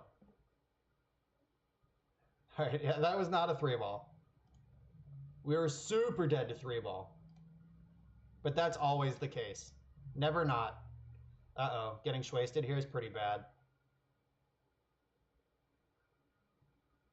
All right. What do we got? Gitaxian Probe? Gotta cast it. Can't not.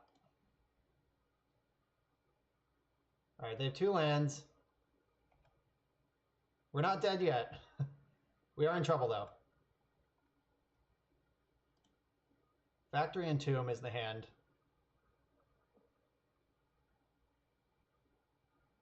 Yeah, we're not dead. We might be dead on board next turn. I'm not going to stop and do the combat math. I'm going to let them figure it out. I just don't have time. And it's not like I can play around it anyway, so. All right, they're going for it right now. Yeah, they have decided to go aggro. They should just sack everything. No, this is worth more damage the other way. And they have to keep Sphere in play. Come on, land. Hurts. That doesn't help. We can still draw Academy and win. All right, 1, 2, 3, 4, 5, 6. Or it might just be dead. Oop. All right, yeah, we're dead. All right. That's fine. We kept a weird hand on the draw against Shops. Like, it happens. All right, let's get back in. I'm not opposed to restricting Revoker. That card's pretty stupid. All right.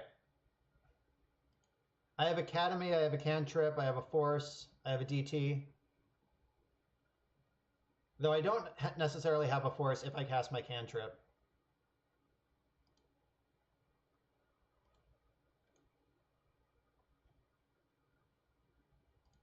All right, I'm going to do this. Oh, Black Lotus. Do I even want these cards? Ugh. Losing... Maybe I should have cast Key this turn. So I have Demonic Tutor, though. So... I probably don't want this Vault.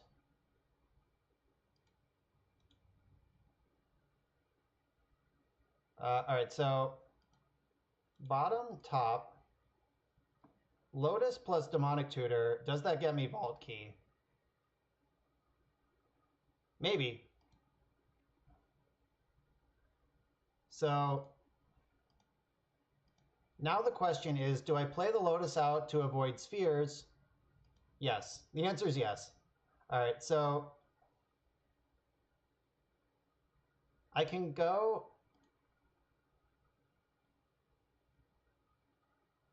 Yeah, I'm going to DT here. I'm going to get the Time Vault.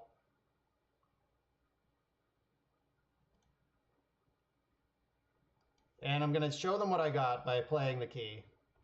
All right, and then hopefully we don't die. Revoker is their best card.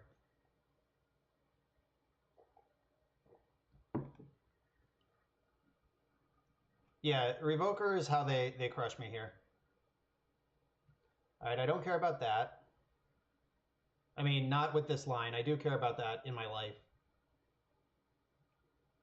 Wasteland's fine. Oh god, you also have Revoker. Jesus fucking Christ. Have you ever seen a more perfect hand? Literal everything. Alright, they named Key. So if we can kill this Revoker, we win. Alright, so Academy. Crypt lets me cast Force of Will. Oh fuck. Chalice is in play. Chat. Whoops. My bad. Yeah. I was just busy tilting off about like this perfect draw, and then they also got me with the Chalice. Yeah, chat, the delay was just a little too much. Sorry guys. We still win if we draw Herx or Repeal. You did try. I was just flexing on my opponent that Chalice is their only win con, and I was just putting it in my graveyard. God, do you have a Revoker? A Ravager's cool. Sphere, okay. Come on, Herx. Herx for the win. I would not like to skip a turn, though maybe I should. Maybe I should have skipped a turn there. All right, if they... Now that I have Force in hand, maybe I will skip a turn now. Oh, fucking ass. And they drew Wasteland. All right, now we're just dead. Shops is bullshit. Yeah, like, obviously, I needed to force that. Wait.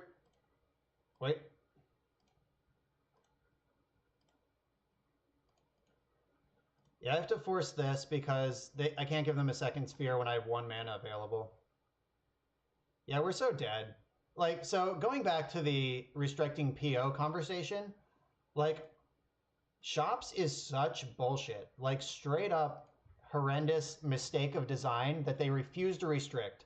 And having a blue deck that can actually hang with it is really healthy for Vintage. PO keeping Shops down is the only thing keeping Vintage remotely playable.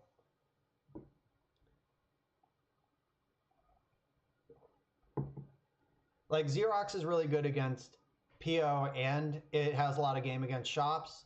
And then, like, Shops just, like, crushes combo deck. Like, I don't know. Shops is just a bunch of assholes. Uh-oh, Karate Dom. Follower Karate Dom, active in the chat earlier tonight. He's got to leave the stream. Good plan. Yeah, this is one of the cool things that I like about streaming Vintage, though, that the community is tight enough that if you're online playing Magic Online, you'll probably have a chat on in the background. It's true, we didn't time out. I'll keep this hand. I have Library on the draw. I have Force of Will in case they're doing something stupid. Oh, it's this. Some sort of human strategy. Thalia. Alright, my opponent is on humans. Cha-chow.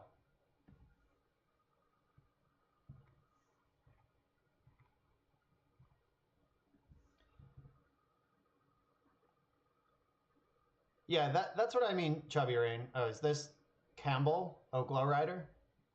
Alright, well, there's that. Alright, well, this is a bunch of shit. The Mono Glow Rider deck is now our opponent. Yeah, so Chubby Rain pointed out that last game my opponent didn't even have Shops, and they still did all the stupid stuff they did.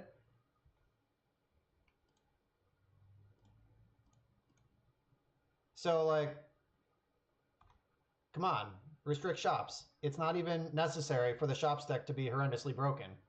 Like, why give this already broken deck all these Black Lotuses they get to play that nobody else does? Come on, land. That's not a land. So is Ponder for land or get Mox Opal into play the better line here? I think I'm going to need some lands. Oh no, Ponder costs 3, so that's not the play. I'll get Mox Opal in. I don't want to play Lotus yet because I don't want to crack it right away. Like, I don't want to crack Lotus to Ponder.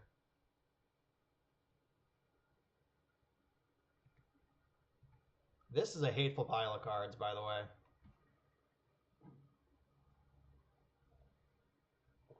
Jesus fuck. All right. Okay. Okay. Karate-dom. You got me. Yeah, so like also evidenced by what our opponent is doing, you can beat PO if you want to. Yeah, this is the matchup where balance is what his balance is for. Yes, Shops is much more tolerable when they had than when they had 4 Chalice, 4 Golem, and it's still just bullshit. I don't know, like it just turns out that when you have a collection of cards that just shit artifacts into play, artifacts, like every set that comes out, every time they print artifacts, that deck gets better. All right, so do we think they also have Null Rod in this pile? They can't, right? Like Null Rod would cost 4 in most circumstances. Caracas is one of my best cards. They also have Null Rod? Oh god, all right. That's probably true, Mormagil. Shops is pretty close to mono restricted cards already.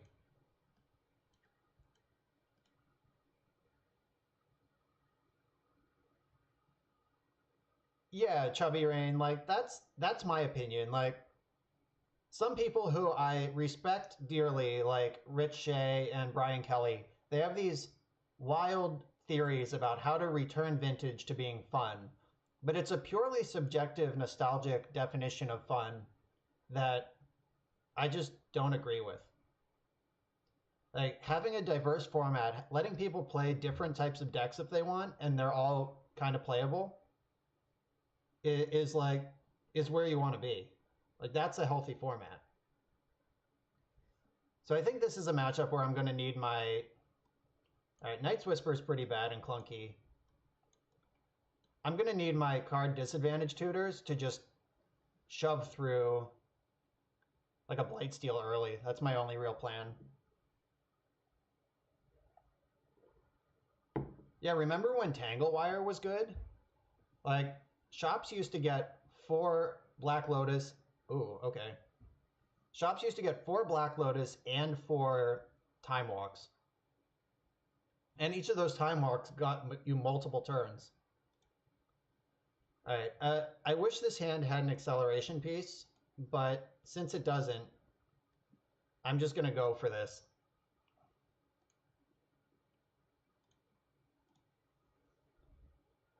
Yeah, you miss Prison, you miss Control.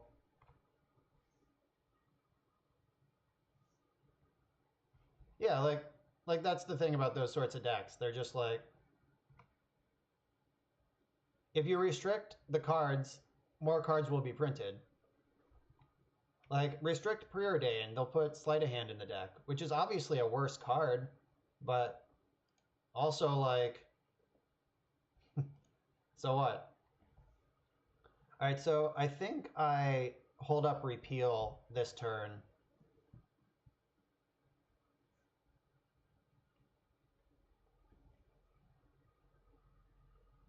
So, yeah, I don't have white mana, so I think I hold up Repeal this turn, and then try to win next turn. If I had white mana, I could just Fragmentize this thing, and it wouldn't be a problem. All right, Wasteland is annoying. And it makes Repeal not good anymore. All right. At least I can draw a card and Time Walk them.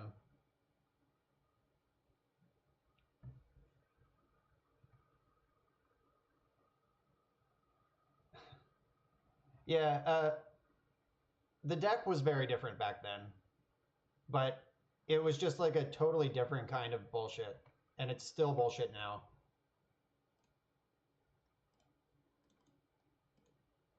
Alright, there's that. Just need to draw a white source and we win. Like, even Thalia isn't good enough here. Null Rod's good enough. Oh, okay, now we're going to need 2 turns. Mox Opal, Mox Pearl, and Fetch Land all do it. No. So I could PO. I'm going to do that, actually. Just, like, draw 3 cards. None of those are helping me much in play.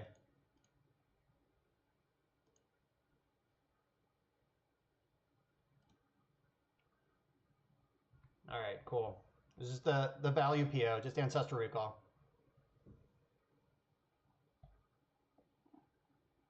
Yeah, Sacred Cows are not conducive to good magic. Oh no, do you have Thought Knot Seer? Okay, I don't care about that one.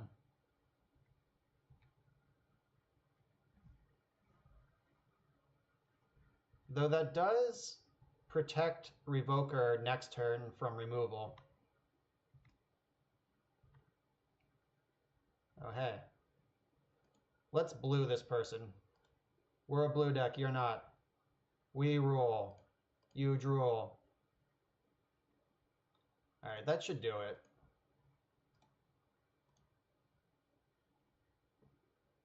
Alright, got him.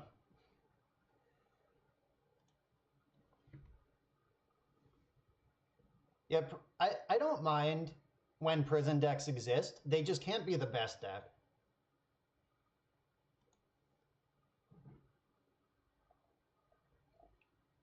Like, in Modern, Lantern Control exists, and the War Prison deck exists, but those are both, like, contraptions with really exploitable game plans. When the best deck just, like, has the most powerful game plan and also gets to just lock everyone out from playing the game, that is a bad format. All right, Force of Will's not very good against this deck. I'm going to keep this just because I don't want to go any lower on cards.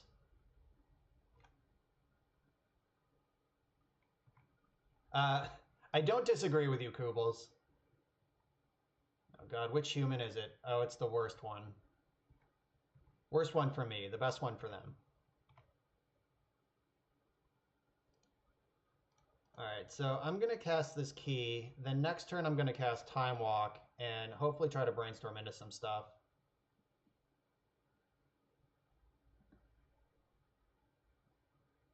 Oh god. Well, I'm not casting Brainstorm this game. Maybe I'll just draw Time Vault and win.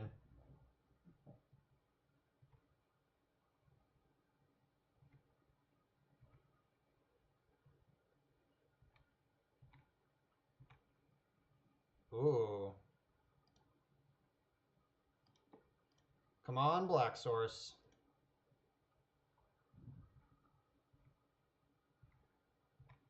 War Prison is pretty cool.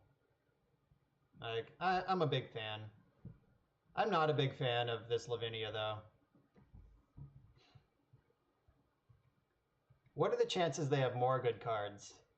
They had turn 1 Lavinia, turn 2 Thought Knot Seer. Do you think we're just going to continue dying? Jesus. Alright, well, Karate Dumb has built a deck that's 100% not interested in losing to PO. I can't imagine this deck ever beating Shops, but it's never losing to PO. Yeah, we're dead. Alright. Good games, I guess. And that's the vintage card pool, though. Like, you can build a deck to beat whatever you want. Maybe I shouldn't queue up so quick. I'm just going to play against Karate Dumb again. Pleasant Kenobi, thanks for the giant raid. What's up, Pleasant Kenobi's stream? It's all right, Karate Dumb. You built the deck to beat PO and you found me. Pleasant Kenobi, thanks for the huge raid. Welcome to the chat, everyone. We're in a vintage league.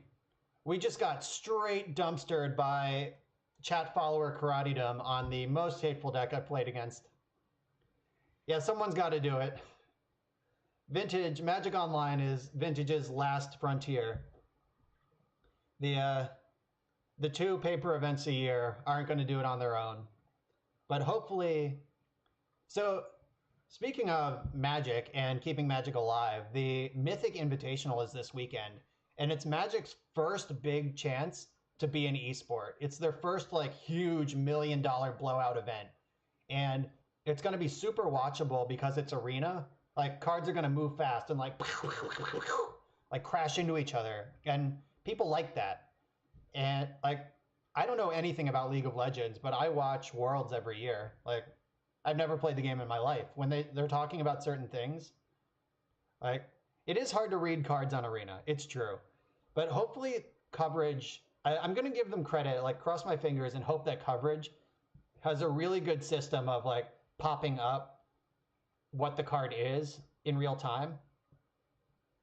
So, but I'm really hoping that the arena tournaments, the esport, brings people into paper Magic. Like, there's probably like a whole bunch of millionaires out there who like games and just like don't really know about Magic or have never really been exposed to it. But some like WoW Pro or like League of Legends Pro who just has lots of money and lots of time and likes games might watch Magic Arena and decide like, oh, there's paper cards too, and then they'll realize, wait, Vintage? I can play like crazy stuff, and they might like that. Like there are people out there in the world who can afford to play Vintage who are not playing Vintage, and they're not currently Magic players. So it's the first time you've heard of that all of time. Wow, that's crazy. Yeah, Pleasant Kenobi. I totally believe in the rising tide lifts all ships mentality. Like if Arena gets like 1 million viewers or whatever, that will help Vintage in some infinitely like trickled down version. Like somebody is gonna play Vintage someday who got into the game from Arena. It's just gonna happen. And like along the way to Vintage, like Modern is already the most popular format in Magic. Like people are gonna get into Modern really quickly. Yeah, all the time 69. If you like choose to focus on Modern and Legacy content, you're probably not gonna see the same sort of advertisements that other people do. But like I'm like all up in Magic Twitter and stuff, and they've been super hyping the Mythic Invitational. All right, thanks, Pleasant Kenobi. Thanks for the raid. Thanks for hanging out.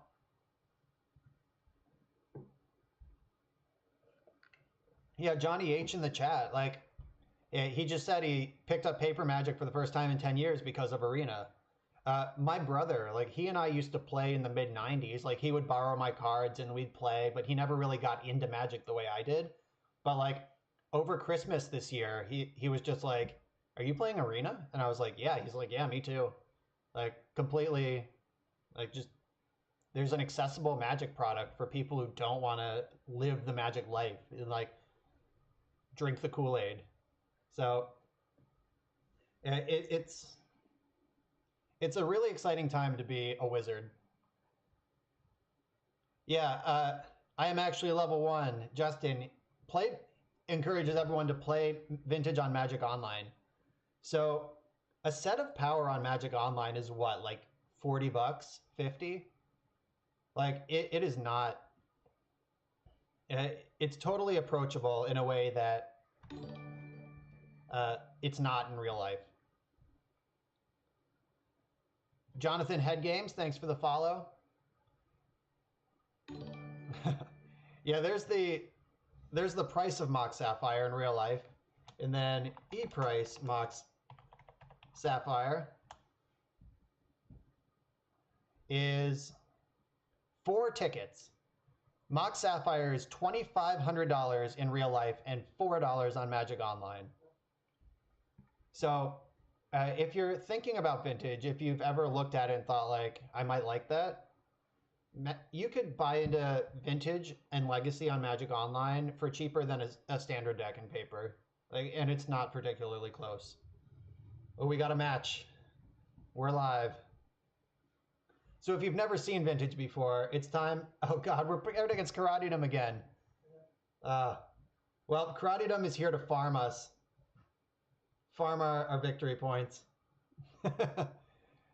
Yeah, so for those of you just tuning in, Karatidom is a member of the chat and a follower of the stream who is playing the most hateful deck imaginable. Like, I imagine my percentage to win this match is pretty close to 0. It's whatever his deck's fail rate is. So this hand is slow and steady, which is pretty bad. It does have a Force Will. Maybe he won't have Cavern? Like one time ever, no Cavern? So I do get to play a Mox on turn 1 and spin it, and spin my top. I get to Mox top, spin top. And then I can shuffle if I don't like it. Maybe one time dealer, he will not have acceleration into the most hateful permanent. All right, he did have the Cavern. Do you also have the Mox? All right, Force of Will is not getting any better.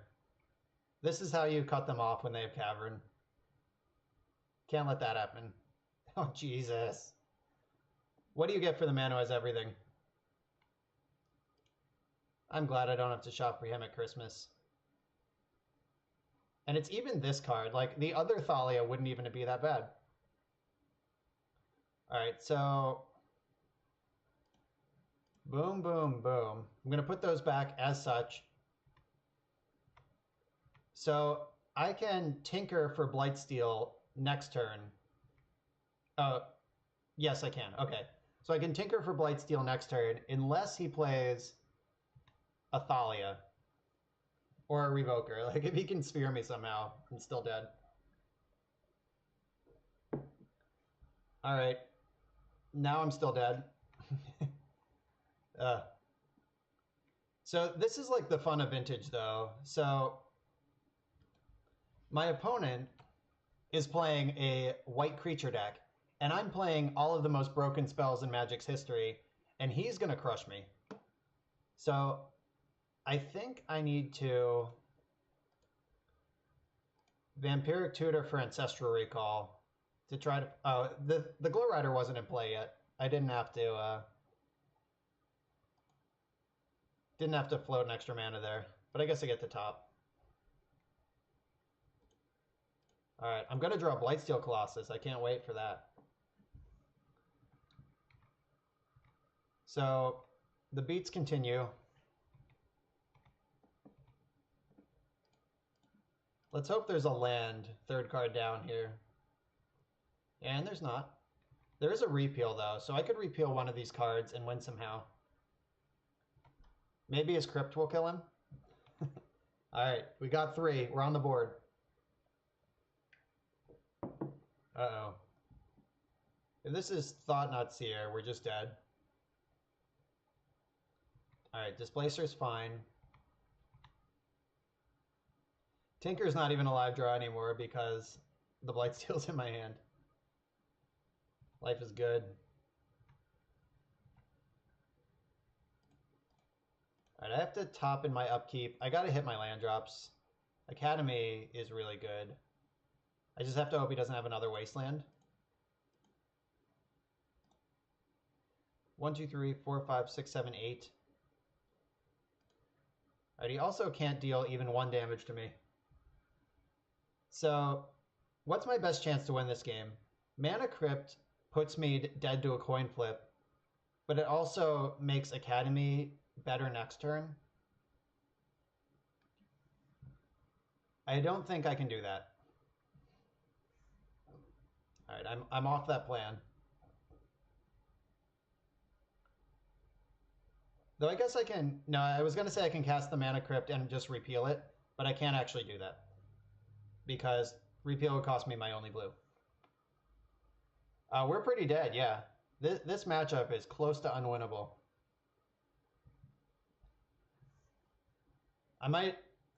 It looks like we're going to take our 3rd loss here, so I could switch to Xerox and play a more fair vintage deck for the people tuning in for the first time. Want to learn about vintage? You can see what not broken magic looks like, or I could just keep jamming this. Maybe I'll just keep jamming this and hope we stop running into Karatedom.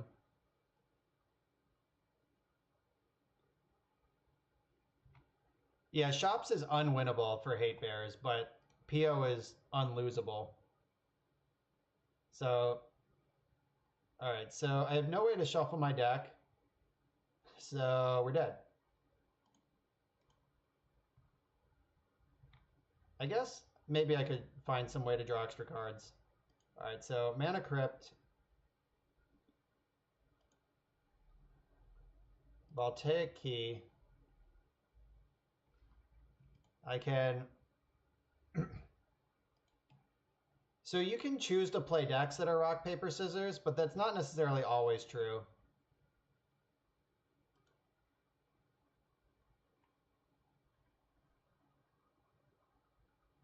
Alright, so... Oh, I could have played this turn better. I think I could have repealed Glow Rider earlier and had a better chance.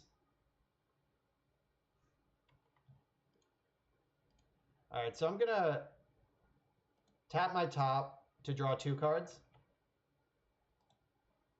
So you tap top to draw a card. In response, you untap top. Then you tap it to draw a card again, and you get to draw 2 cards. Well, you get to draw a new card and the top. My top card is Island. This is all going to be super fancy for no reason at all. Oh, and Displacer is up, so it doesn't even matter. Yeah, I couldn't bounce the Glow Rider anyway.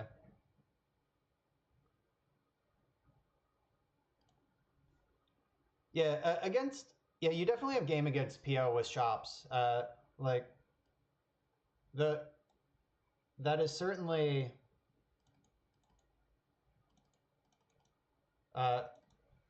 winnable. Like, the spheres are all troublesome. Revoker is troublesome.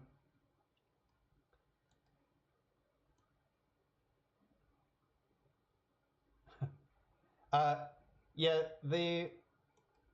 I guess I would have seen 1 new card, right? Yeah, I knew top wasn't on top in the end step.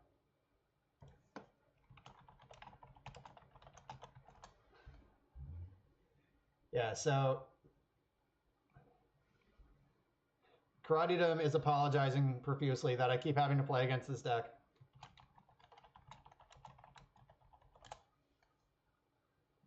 Alright, so I gotta bring in 1 more card.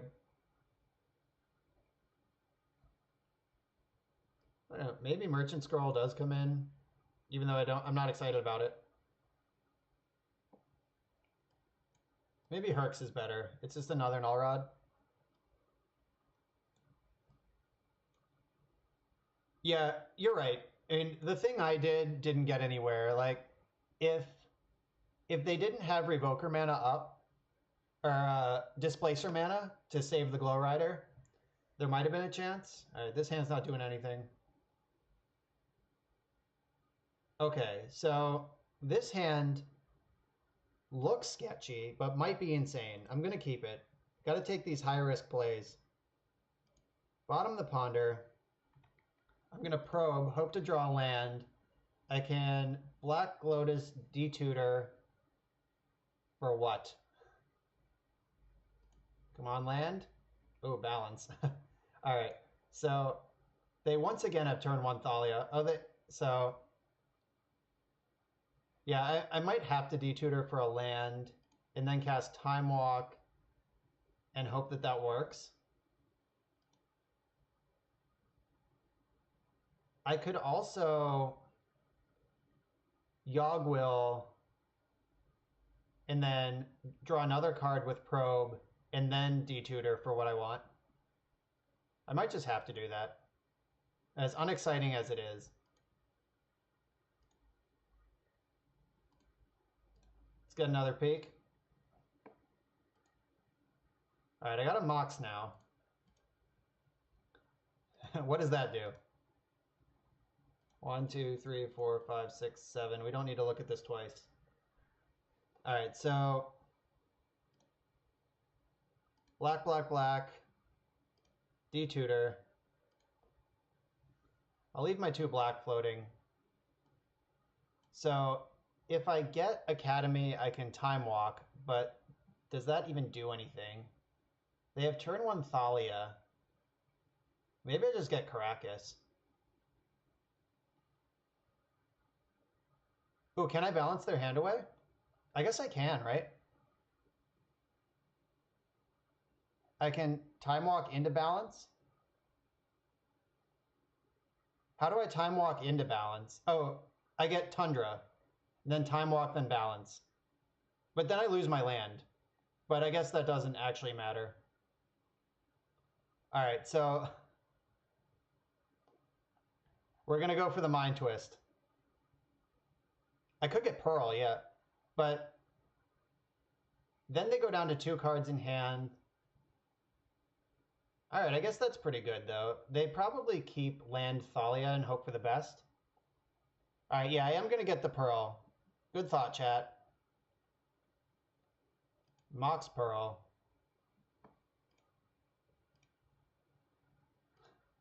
Hope this works.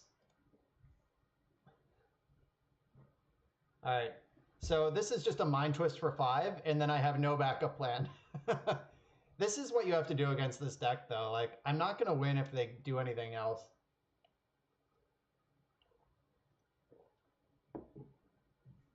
Unfortunately, I couldn't D-tutor for Caracas and cast Balance, because then I would have just had to sack Caracas.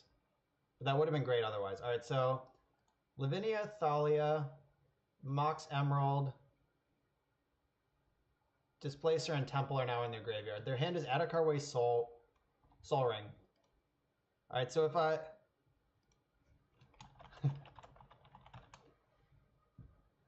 yeah, so, and I can force this Soul Ring, or they don't have a Cavern. All right, so I think I can, I'm just going to keep Force Blue card in hand. Yeah, he needs both mana and spells to do stuff. Yeah, this is a mess of a game. There's the Waste. There's the Soul Ring. I'm not going to counter this, because he has to draw a creature and a Cavern before Force of Will gets turned off. All right. Come on, Tolarian Academy into Time Walk into PO. All right, time to walk. All right, I already have white mana. You wouldn't walk? All right, I guess I have a lot of ways I could just lose, huh?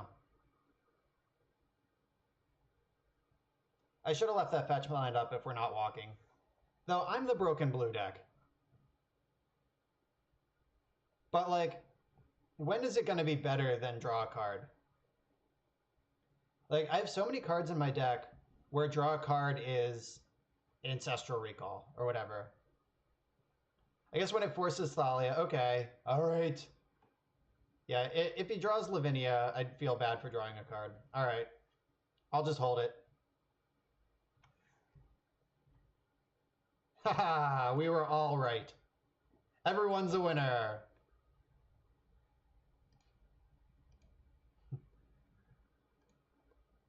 All right, ponder time. I have to shuffle this because it doesn't do anything. Jet. All right, so now I have Force and Time Walk. I can do both. Yeah, Sapphire is good. Well, I'm forcing Lavinia, so it doesn't matter if the Jet's in play yet or not. All right, cool. Now we get to take a peek. Not that turn. This turn I can. All right, we got a game. Asino322, thanks for the follow. All right, we took a game off this Mongo deck. This deck is so hard. Maybe we need to turn 1 Mind Twist them every game. Yeah, the balance was really good.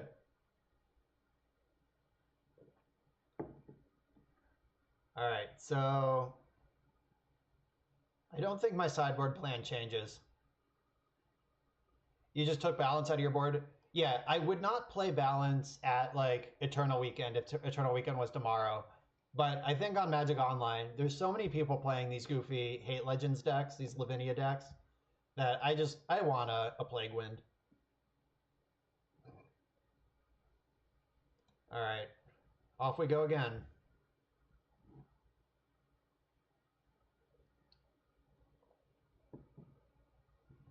Deluge might be just better. Deluge would not have won that game, though.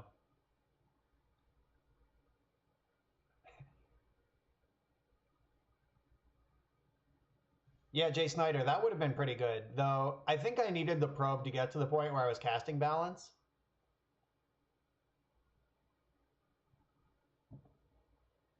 Yeah, twisty balance is nice. Ugh. Getting punished by having Blightsteel on my deck. I have a turn 2 PO, but that's going to be too slow against this deck. Especially on the draw.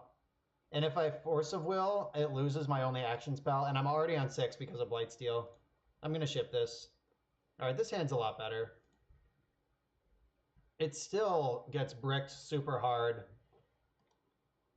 by all of the cards in his deck, but oh my god. And a Black Lotus. Alright, well. He's been really good at having turn 1 stuff. Alright, don't wasteland me, please.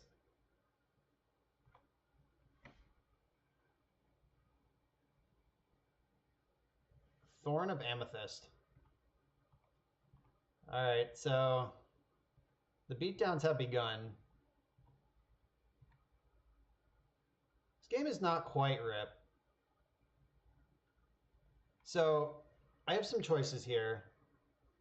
No, I don't. I have no choices. I have to play this Underground Sea, fetch Tundra, and hope I don't lose.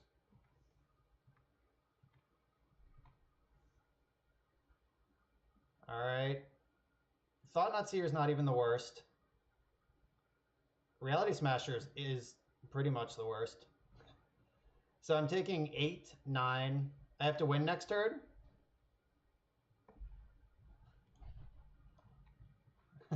Alright, I guess I better draw what? Like, I don't even have a draw. And we are slain. Yeah, that Reality Smasher was clutch. I wish it was Thought-Knot Seer. And crushed. Alright, well, getting paired against Karate-Dom twice in this league means it was a quick exit. Alright, chat. Yeah, that deck is brutal on this sort of deck.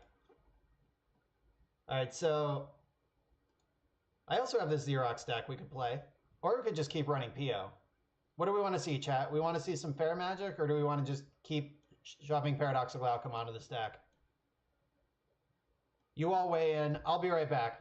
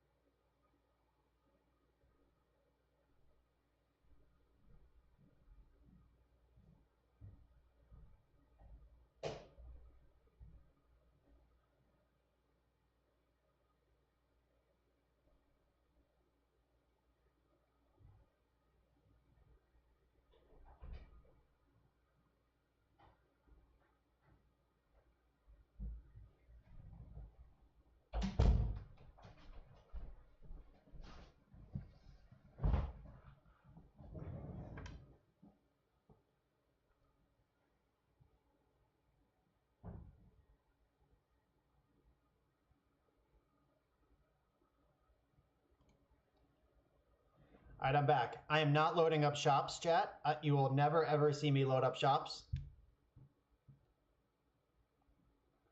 All right, a lot of votes. All right, not Mr. Eaton and Asino322. Thanks for the follows. All right, Kubels, what PO deck do you suggest?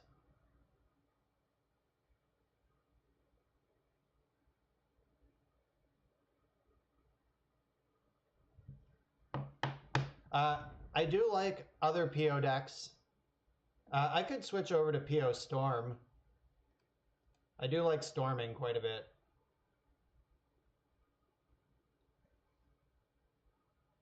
Time key paradox? What even is that? Is that not what I'm doing already? Is that like a specific name of someone's list?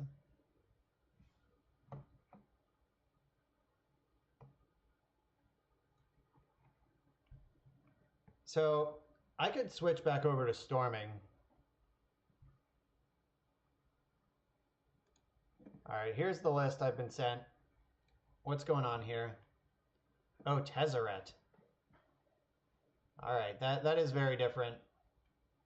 Devastation Tide? I don't even know what this card is. Oh, it's a Miracle Upheaval? That's gross. No Mentor? Experimental Frenzy? Oh, God. This, I don't think, is a deck that I'm going to play. Not right now, anyway.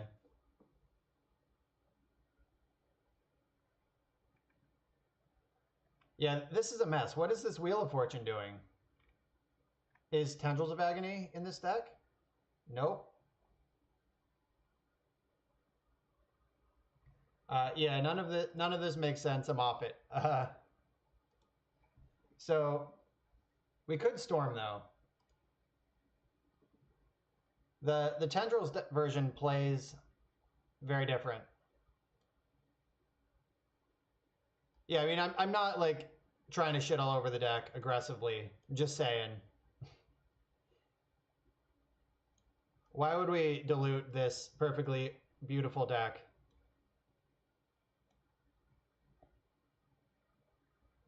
All right, we have one vote for Xerox and a lot of other calls for PO.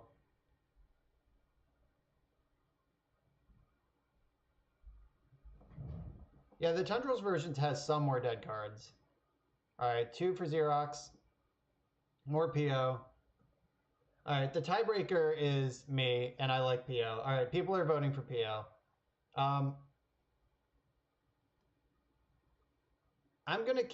I'm gonna run this build again.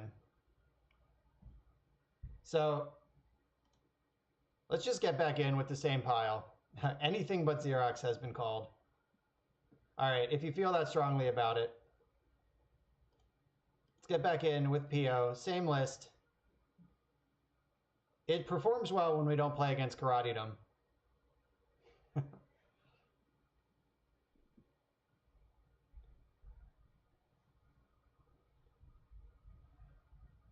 Yeah, I believe that deck might be solid. So Xerox is good. It's just like it's super grindy. Like that's the whole point of Xerox. You just play forever and then win somehow.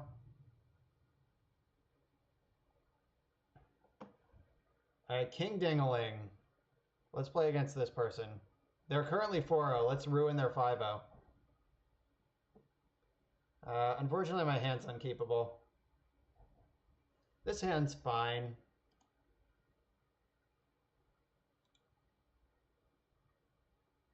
This is the Shops player from earlier? All right, then I definitely want that land on top.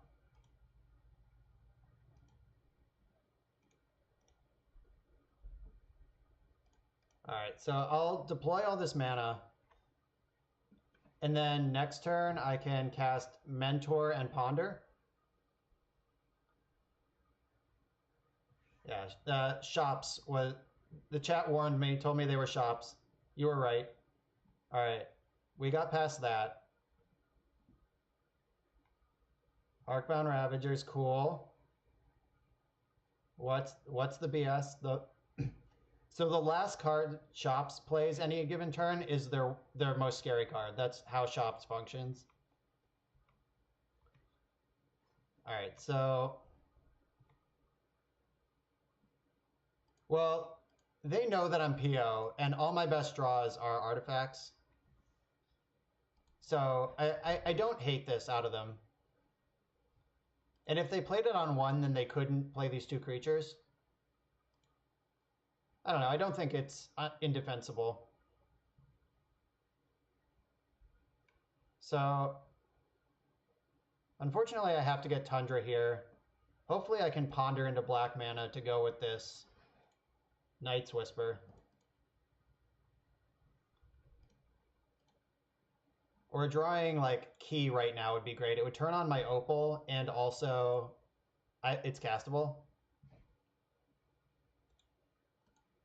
That's fair, Oz. Like either one is a defensible line, but like if your turn one is cast Hangerback Walker on one go, is that good?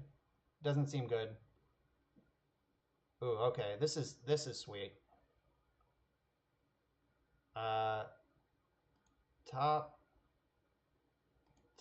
top. No shuffle. All right, so we're going to hit another land drop. We can cast Night's Whisper at the very least.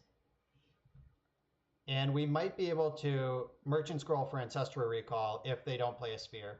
But if they had a Sphere, I think it would be in play already. All right, let's hope they don't have Ballista. That would ruin all my plans.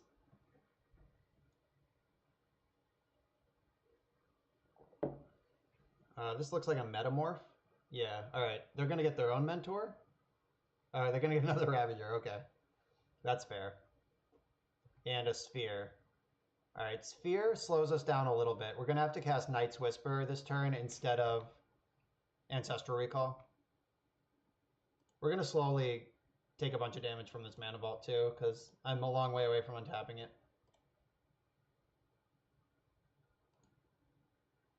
Oh, whoops. I just clicked straight through. So attacking with this wouldn't be the worst, right? This Monk. I wish it was a 2-2, but no, I need to stay alive. That's my plan. I could also Merchant Scroll for Hurkyl's Recall right now. But then if they draw Wasteland, I can't cast it.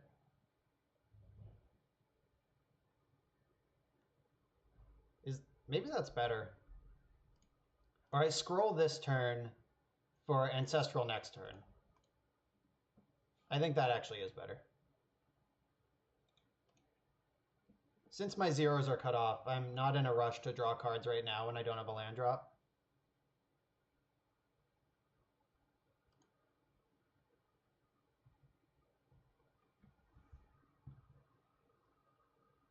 He couldn't copy Sphere because he couldn't have paid for the Metamorph if Sphere was in play already. He had to sequence it the way that he did. Like, he could have taken a turn off, or he could just draw another Sphere right off the top because it shops. Yeah, now I'm glad I got this Ancestral. All right, so the Chalice on 0 is paying off now because like these would have been great draws to get me out from under these spheres, but now instead they're just not. They are Monk triggers though. No, they can stop a Monk with Factory, so I can't attack here.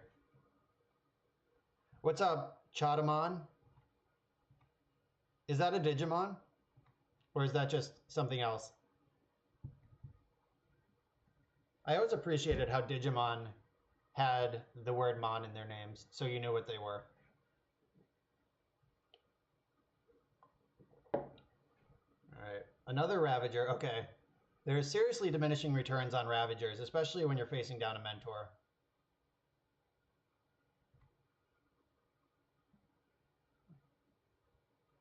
Vintage trophy leader in chat. Oh, Chotamon. Yeah, that is you, isn't it? All right, so I'm gonna take this turn to untap my mana vault. Like I'm holding pretty steady here, and they're top decking. Like these monks are doing a good job. The only thing I have to worry about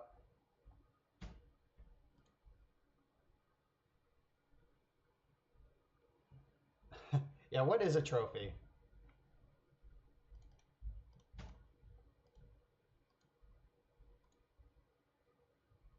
Yes. Ooh, paradoxical outcome. That doesn't really do anything.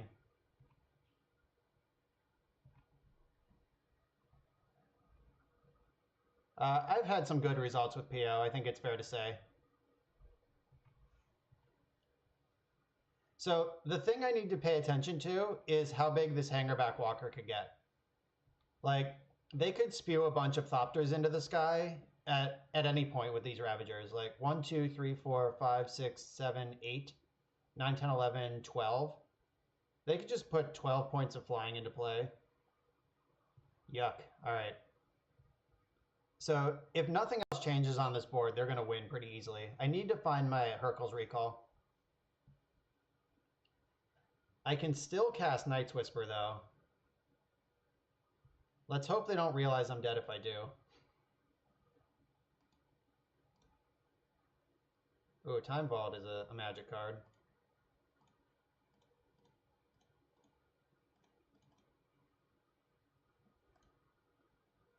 Yeah, if they're really good at doing all the math, then I think I'm dead right now. But I have to hope that they don't notice that. Like, it's pretty bad when your plan is hope that your opponent doesn't know they have lethal.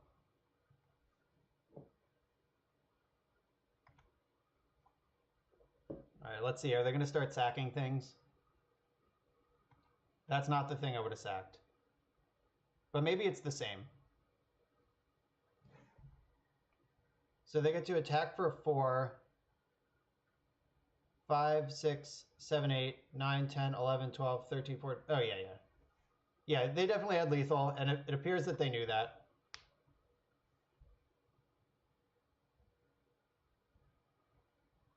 Yeah, I mean, we're dead.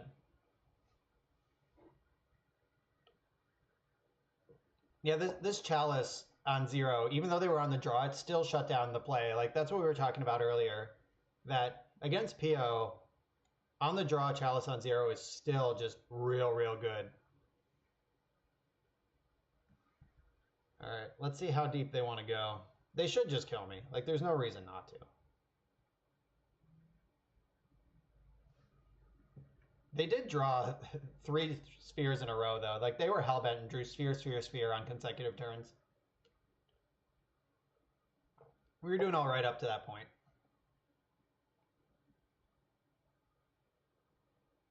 Yeah, it's true. Like, I wouldn't have been able to cantrip. But it doesn't stop this. Like, this stuff from happening. Ugh. Yawn. I'm letting them click through this because I'm going to need that time. I want to let their clock run a little low. 13 and 14. All right, attacking me with a 14. And we're dead. Let's see. Demonic Tutor. That doesn't win. All right. Yeah, 3 spheres is too many. All right, Hercs, Fragmentize, and lands come in.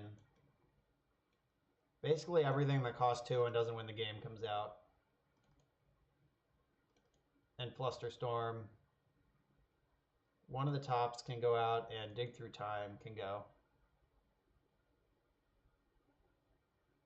Tap the vault. Well, it turns out we couldn't tap the Mox because we never had Metalcraft that whole game. Because Chalice on 0 kept us from ever having Metalcraft. I guess I could have cast Time Vault last turn to turn on Opal. And I was dead on board anyway. It didn't matter. Like, they just had lethal, so I didn't get to play around.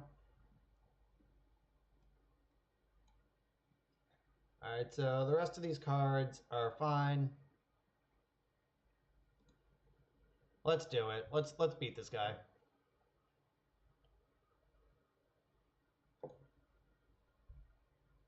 Alright, I have a Force, an Ancestral, a Tinker, and a Top. This hand is slow and steady.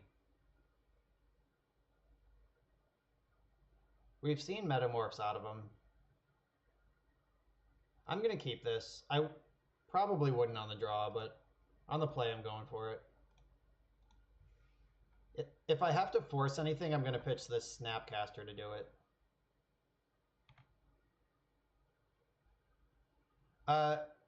Chadaman, we were talking about that earlier in chat, and the Shops is really good at playing on fewer lands than me.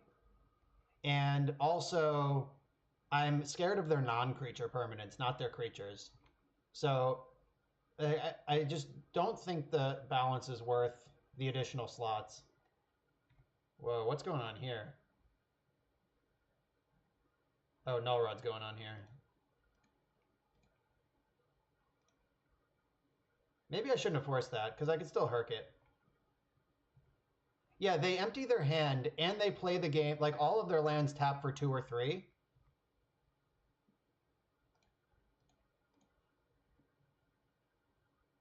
Alright, sweet.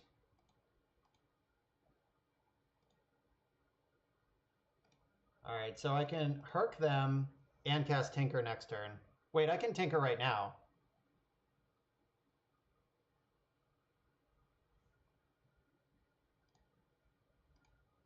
I'm going to Tinker right now. And I have Hercle's Recall if they have Metamorph.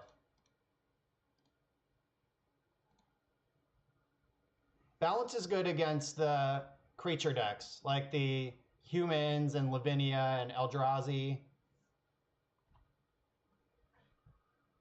This should be game, unless they have Shop, 2 Blightsteals. No, that still doesn't do it. They would need, like, Blightsteel and... I don't know. Yeah, like, all right, well, they had the second Shop. If there is a line, they're going to have access to it. All right, what do you got? It looks like Ballista. Oh, no, it is the Metamorph. And what else?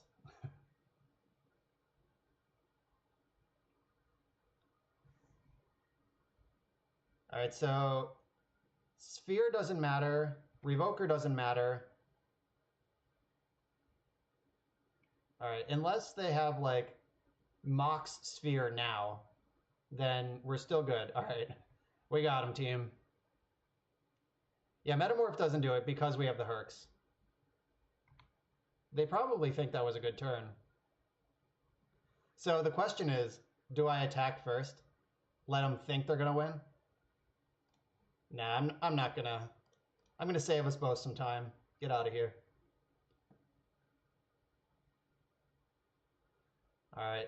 Blightsteel Colossus coming in strong.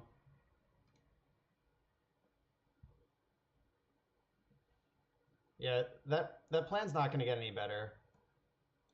Yeah, like the balance is very much a maybe don't lose for a little while play. But they still have Mishra's Factory, so like balance doesn't even clear their board necessarily of threats. Yeah, I just don't like balance in this matchup.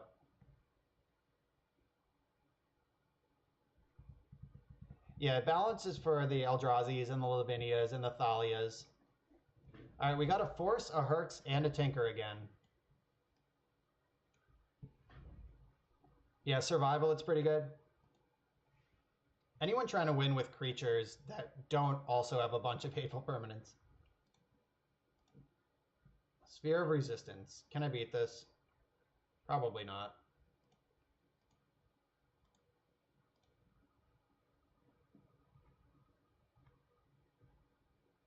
Yeah, that might be true. Skepticism.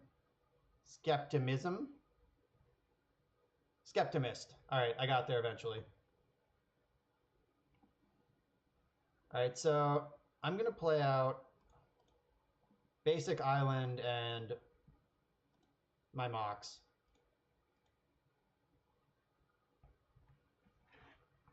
So My plan is exactly the same as it was.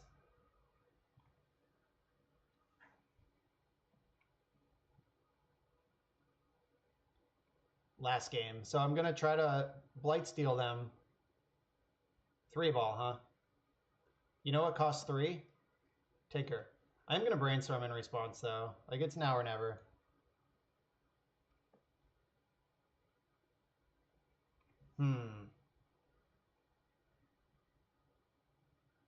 Alright, so I'm going to be stuck with most of these cards regardless.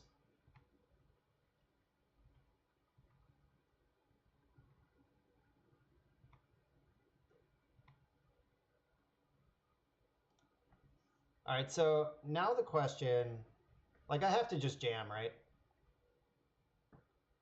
If they have the Metamorph, they have the Metamorph.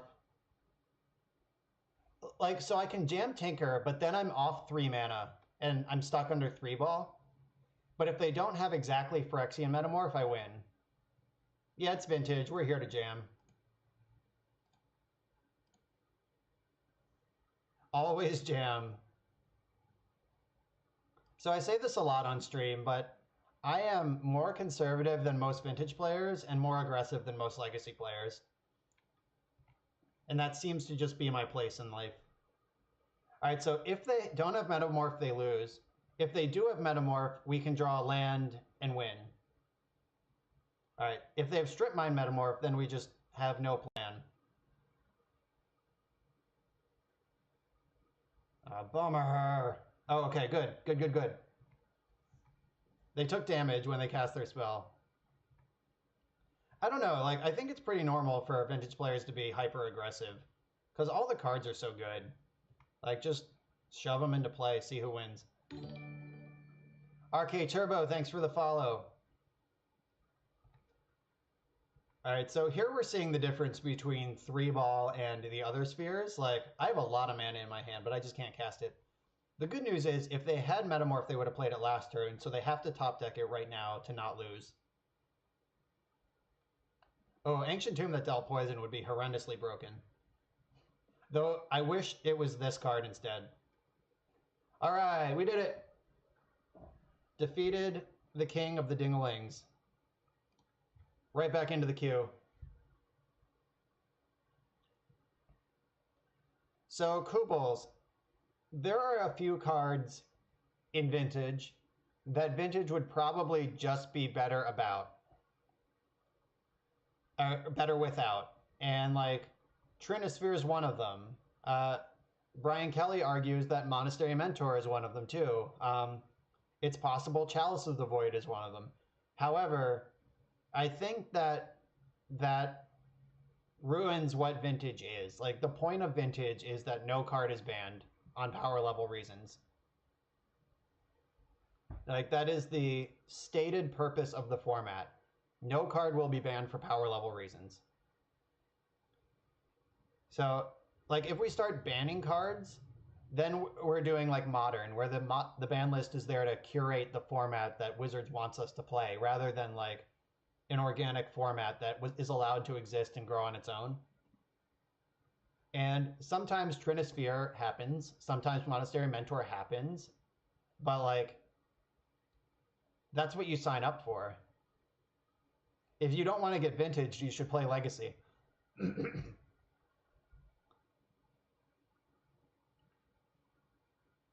Well, Skeptimus, those are the same thing. Like, power level reason or gameplay enjoyment reason.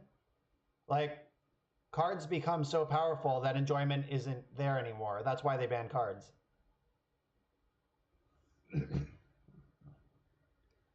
All right, so I get to deploy a whole lot of mana and Time Walk, and then Time Walk into PO. All right, let's just hope they're not shops. On the play, this hand would be, fucking fuck. Every single time. All right, it's not shops. It looks like survival, probably. Yeah, it's survival. This Chalice is still an asshole.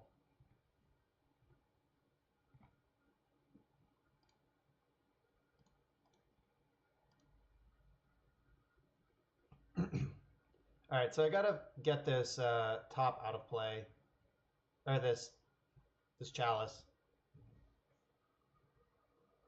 Yeah, that's we had this conversation for a long time earlier in the night before a bunch of people joined, and like that just is what's going on.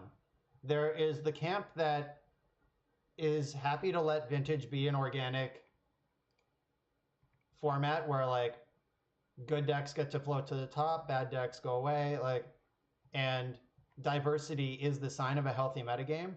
Then there are people who want to play the vintage they remember from long ago. And I think those people are just not serving the best interest of the format. Like a lot of those people, I know they love vintage and they believe that what they're saying is correct and in good faith, but I just don't think that it actually is. Yeah, there's also a huge schism between like Magic players who play vintage and vintage players. Like there are people who they just remember from ancient times how like how things were at oh they drew their one up strip mine. That really sucks. But like that's just not reality anymore. Like people who get mad about judge calls. Like judges are part of competitive Magic. They get involved. If the game state is wrong, you call a judge, they fix it. Kelnon, I stream Legacy and Vintage primarily. Sometimes I play Pauper or Modern, but it's Legacy and Vintage most of the time. Yes, Mormigil, there are a lot of people who get mad at judge calls.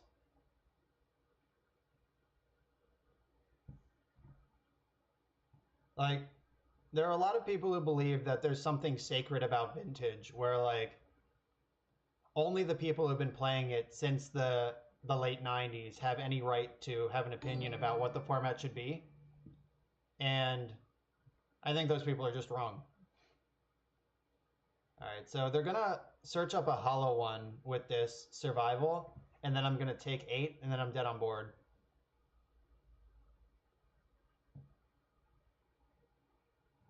Well, thanks, Caldon. Welcome to the Roll Nation. What did they punt? Oh, they forgot to cast their Root Walla. I'll take it. Don't feel good about it, but... Alright, so I gotta top into Academy here to have a chance.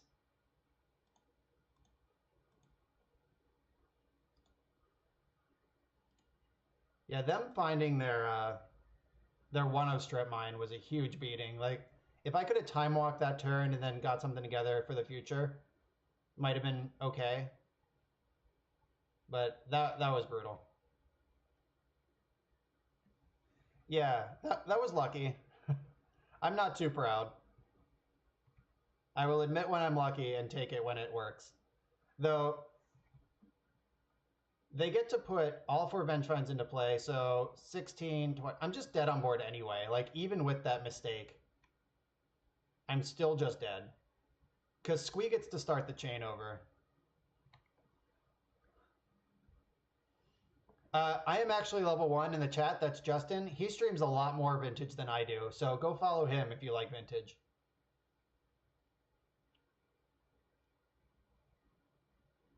All right, maybe they'll misclick again. That's my out.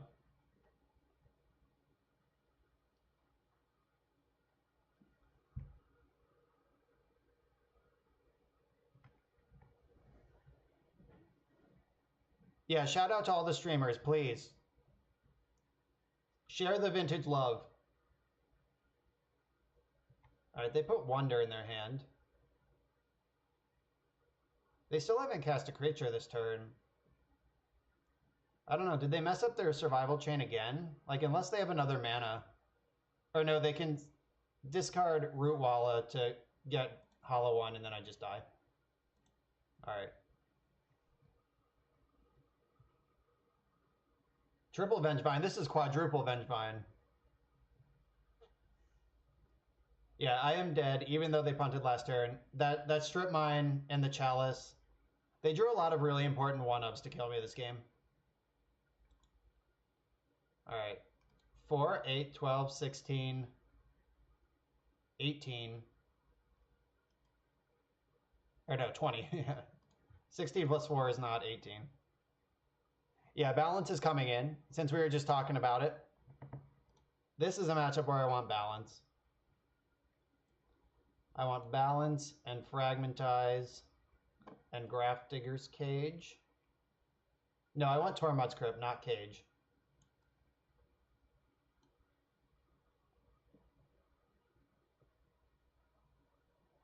Yeah, always shit talk your queue timer. The more you complain, the better things get. That's a fact of life. Yeah, the hasty Vengevines are coming. All right, so I'm bringing in the Crypts because those hit their graveyard without messing with my Yogwill and Snapcaster Mage. Night's Whisper is too slow in this matchup. Merchant Flusterstorm doesn't actually counter anything meaningful. Yeah, I know they run Null Rod. And Stony Silence. Like, I'm bringing in the Fragmentize and keeping in the Force of Wills. But I don't want to keep in Hurkyl's Recall against them. Like, I could Tinker for a Blightsteel.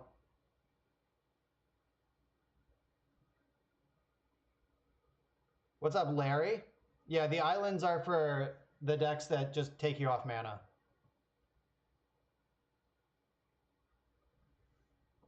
I don't know, so what are we cutting if we bring in these cages too? Like maybe I cut the crypts, 2 crypts, and just be less crypty? Like I don't want to just ruin my whole plan. Alright, so I gotta cut one more card here. One of the tops, I think. Alright, let's do it. What's up, Larry, by the way? Larry rules. Larry is a Pittsburgh local. Alright, so I got all kinds of stuff here. I got the Grafdigger's Cage Yawgmoth Will combo.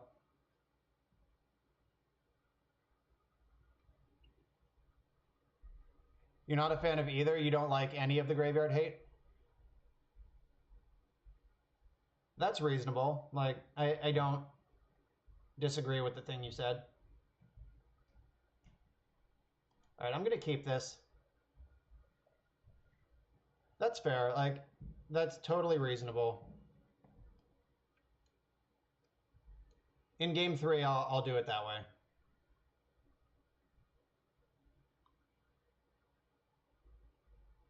Yeah, I like that plan better. Yeah, we can usually race them. Unless they have a Null Rod, our deck is just more powerful. Yeah, the Deathrite Shaman versions generally don't have counter spells. So I can play Library of Alexandria and then just hope and pray that I get a turn to start using it. Or I can just like jam Time Walk and see what happens. I think I'm going to do this. Yeah, unless they turn 1 me somehow. Like a turn 1 Null Rod would be a pain in the ass, but I'm going to get a lot of draw steps to try to answer it. And if they just go like Deathrite Shaman go, I'm excited.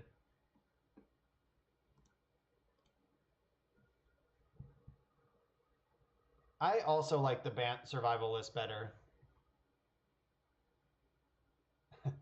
Yeah, it's hard to turn down a library.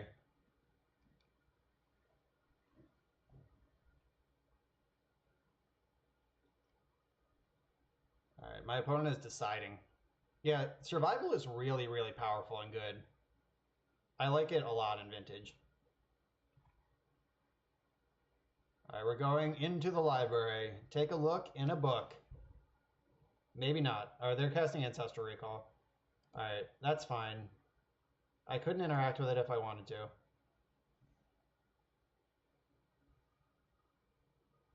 So what I really want to draw is a Mox, like any Mox. Because then I can PO for a 2 and really start the train.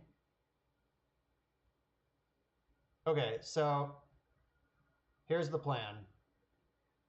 Underground Sea, Mana Crypt. That's the wrong thing. I'm going to Time Walk. Wait. I can Demonic Tutor. I can detutor for Sapphire and then also Time Walk.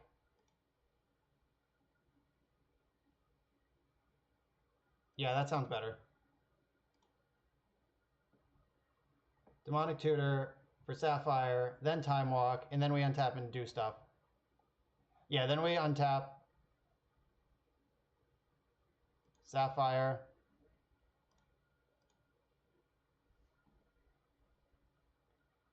Yeah, like Chadamon, that's reasonable. Like the deck does need a lot of work, but all the different versions that exist just show the potential that the deck still has.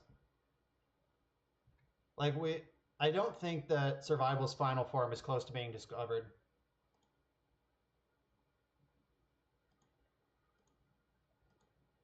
Mox, any Mox. Oh yeah, that's a Mox. Honorary Mox. All right, so 1, 2, 3, 4. I could play Cage and draw an extra card, but I would lose a mana to do it. I think I'm going to be more hungry for mana than cards this turn. What do we think about that? Does that make any sense at all? No, I think I just always want to draw more cards.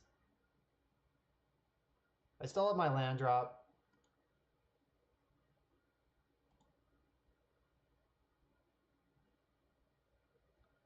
All right, there's that 1, 2, 3, 4. Draw 4 cards. Come on, Academy.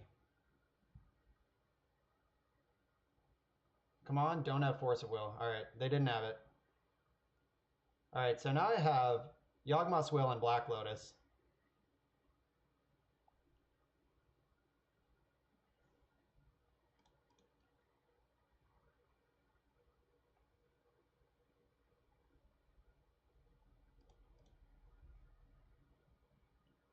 Yeah, the deck is kind of inconsistent.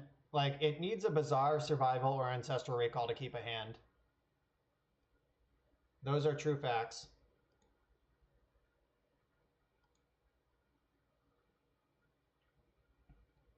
All right, so I can Yawgwill.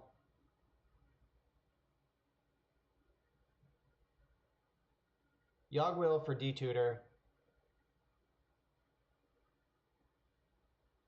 Black, black, black. Colorless, colorless.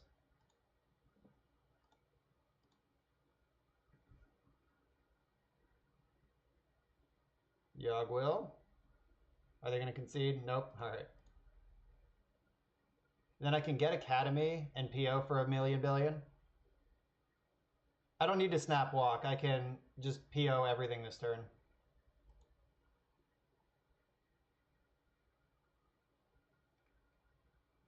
Academy, land for turn. 1, 2, 3, 4, 1 floating. Yeah, I can still time walk after all this. Like if this bricks somehow.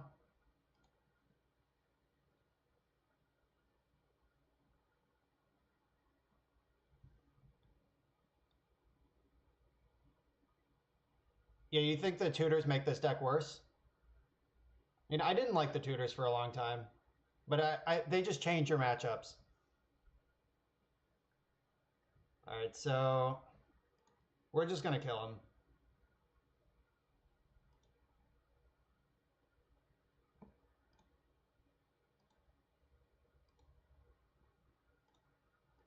Yeah, so we get to deploy a bunch of spells here and then time walk.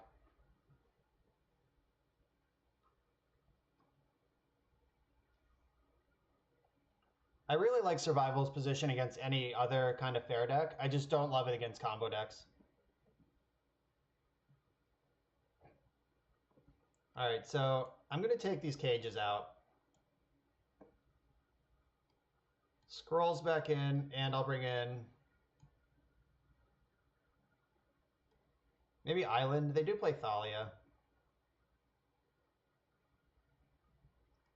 Maybe I'll bring a Herx back in, because they're going to have Null Rods and they have that Chalice.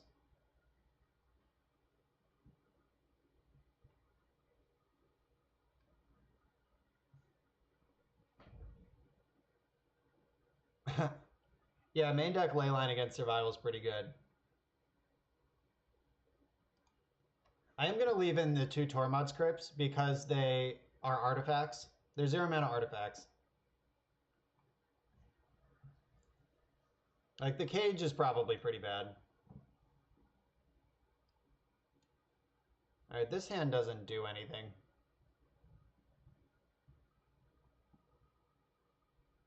And against Ravager, in the Ravager format, Leyline's pretty good. Or this hand is even worse. So I get a scry and a draw to try to find some action here. This hand's pretty good if I draw anything at all. I'll try this. Hey, PO, we did it.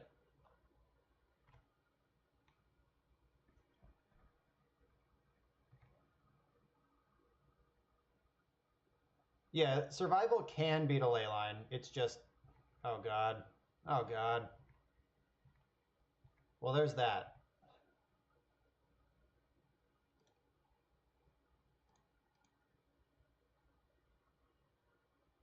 Well, I'm gonna play out all my things so they don't, before they get Thalia. Stony Silence is so much worse than Null Rod. Like, I was ready for Null Rod.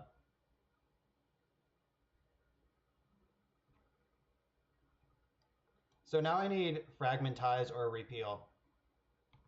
Memnite, wow, that's some spice. Can't be activated, nice deck.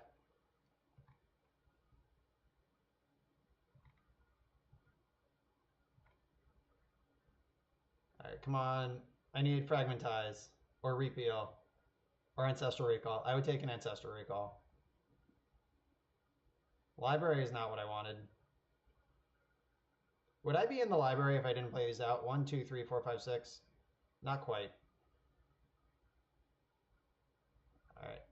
So I can play library, Hercules myself, and then be in the library next turn.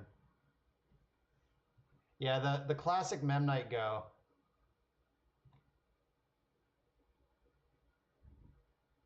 Uh-oh. They found their second mana. Am I dead now?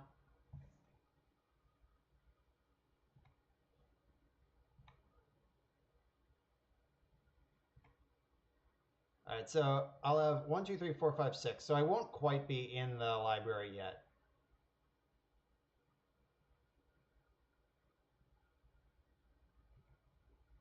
All right, so I'll wait a turn on that.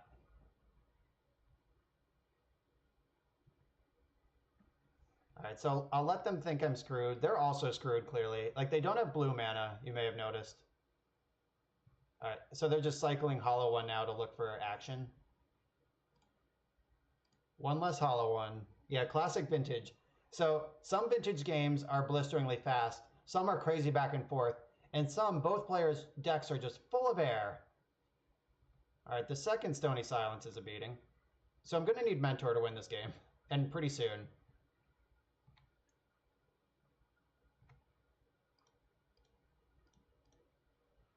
Pick them up. Surprise library. That's the best kind of library.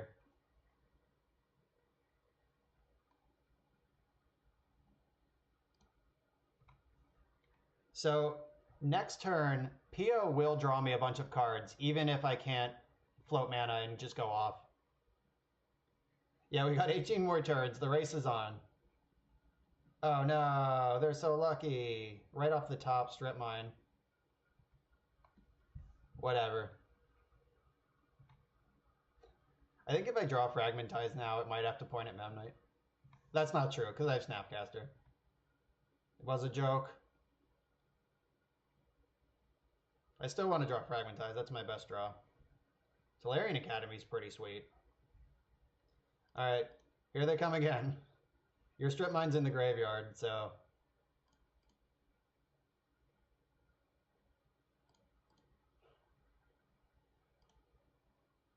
boop. Let's find that Fragmentize. Ponder. Playable magic card. Fragmentize and Mentor are the draws we're looking for here. Oh, misstep. Okay. And I have 9 cards in hand. I'll replay 2 of the things they know about. They knew about Ruby, right? I think so. And I have played Academy for the turn.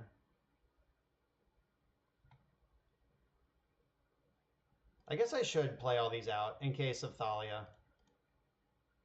Like, I'm more worried about Thalia or Chalice than I am about Kataki. Because Kataki I can just PO in my upkeep and draw a bunch of cards anyway.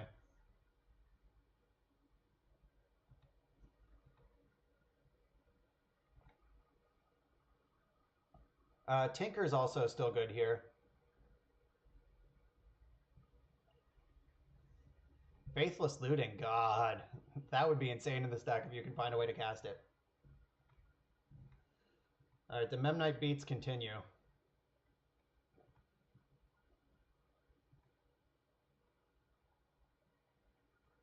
Faithless Looting is a very powerful effect. I wouldn't be surprised if it's vintage playable.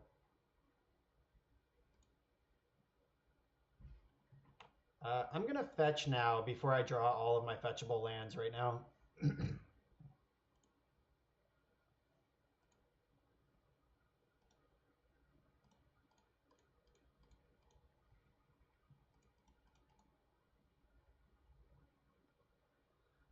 Alright, did we draw the Mentor? We did not draw the Mentor. We did draw a Dig, though, and I have 6 cards in my graveyard. That's the right number.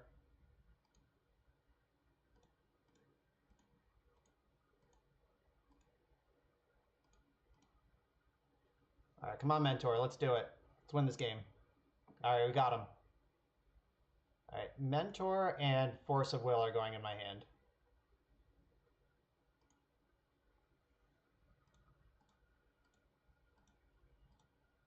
Tinker probably also would have done it.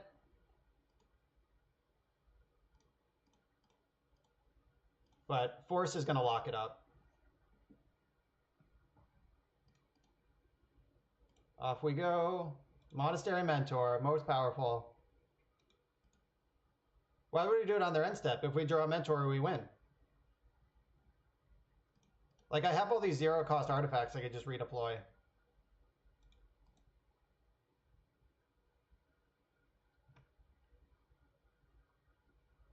Rattleclaw Mystic is OP. What does that card even do? Doesn't it have, like, Ferocious or something? Yeah, Deathrite Shaman is the good Rug mana bear. Or mana creature.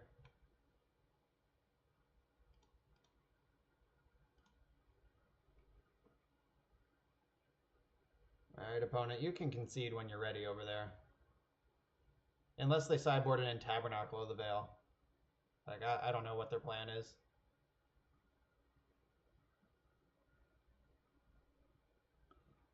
Check it out. We just, like, easily beat 2 Stony Silences.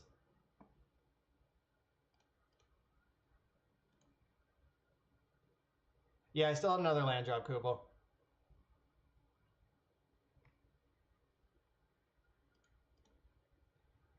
Ba ba ba la la la, that Mentor. Ba ba ba la la la, that kills you.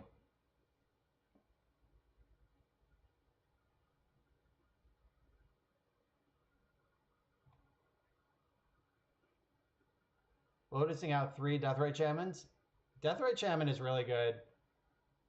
I streamed Xerox on Monday, and I lost him a game to Deathrite because it was both a clock and just permanently kept me off any sort of Dig Through Time or Delve spell.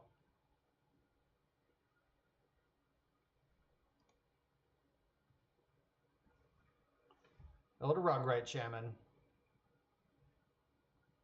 Oh, the Lumberjack. I've seen Orcish Lumberjack in Vintage. Yeah, I've seen it in survival decks. Those decks seem really bad, though.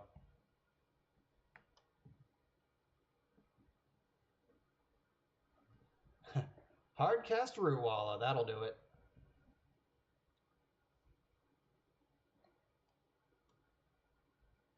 So I can merchant scroll for PO. Ooh, baby. I hope they just scoop to the merchant scroll, because I don't want to click through all this, but I will.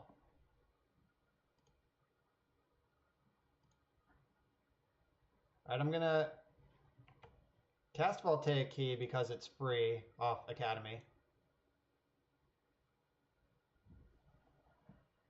And then I'm gonna merchant scroll for PO and cast all these spells again. Let's see if my opponent Salty doesn't scoop. Salty McNo scoops. I would not blame my opponent, though, for just F6ing and going and getting a sandwich or something. Just make me play it out. I'm never mad when people make me play it out, because I did choose to play this deck. Paradoxical outcome. Draw 7. Okay. Boom. I wonder if my opponent plays Fog. Alright, looks like they finally F6'd.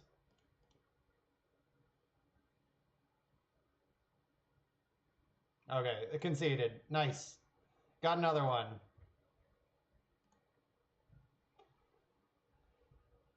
Turbo Jockalops.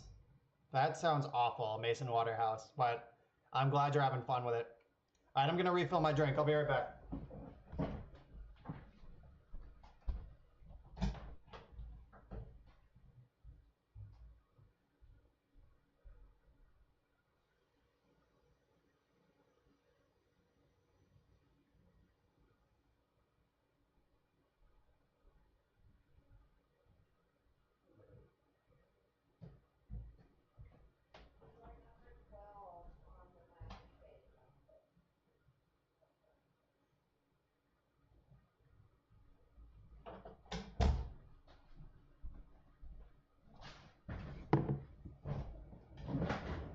Alright, I've returned.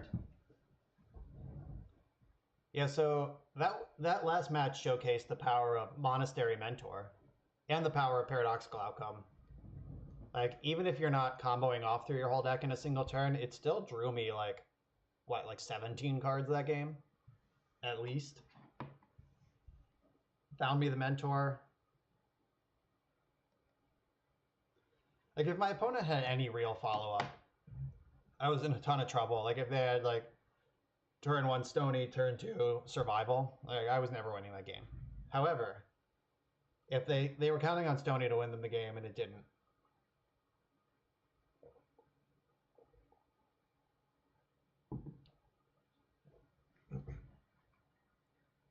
Okay, while we're waiting for an opponent.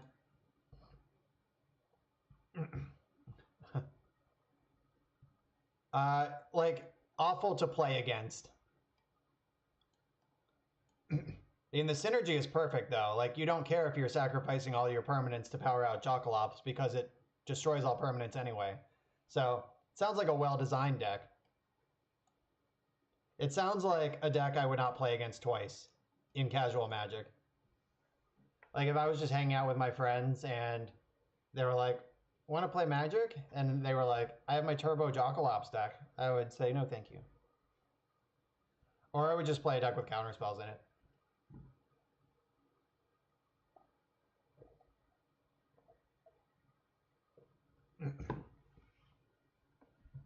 Yeah, the Turbo Jockalops.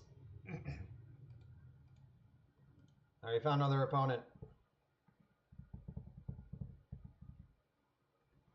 Maybe, if they know how to click the button.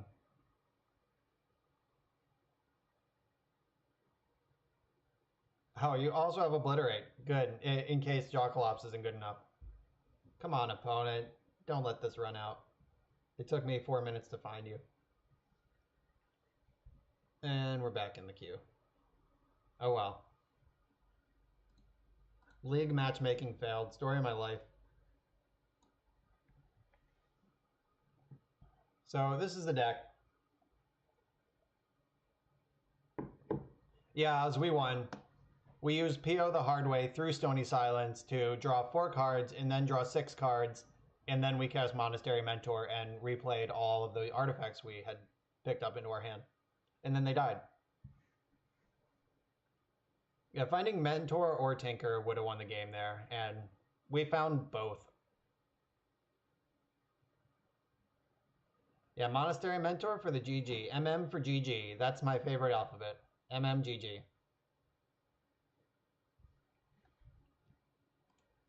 In the matchmaking process here, if you are interested in the deck list, it is available in the Cardboard Live extension on the chat. Just click that thing. The deck list will appear. That was a new feature this week. It's super sweet. Thanks Cardboard Live for giving that. And you should be able to like click and drag it around within a frame on your screen if you don't like where it's positioned. So enjoy that. Also, thanks to the large amount of viewers who have stuck around. Pleasant Kenobi with a big raid earlier tonight, and a bunch of people still hanging out from that. All right, match, match, match. We're playing against Brave Sir Robin. I love that name. Boldly Brave Sir Robin. All right, so this hand does not generate blue mana. It does have Caracas. It does not have Force of Will, and we're on the draw. What is this hand good against? Like, literally nothing? I guess if I find a Mox, I just, like, have a ton of options. I don't think this hand is keepable. Yeah, Dig Through Time and Time Vault are both bricks. Alright, I'll keep it. I'm gonna bottom this PO. We're a long way away from needing that.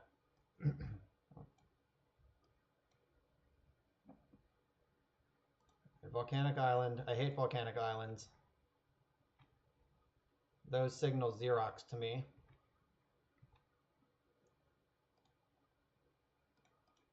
Alright, I'm going to start with Mana Vault, because I would prefer that get misstep to my top, if they're going to misstep something. However, if they have main deck Null Rod, it doesn't matter which one I started with.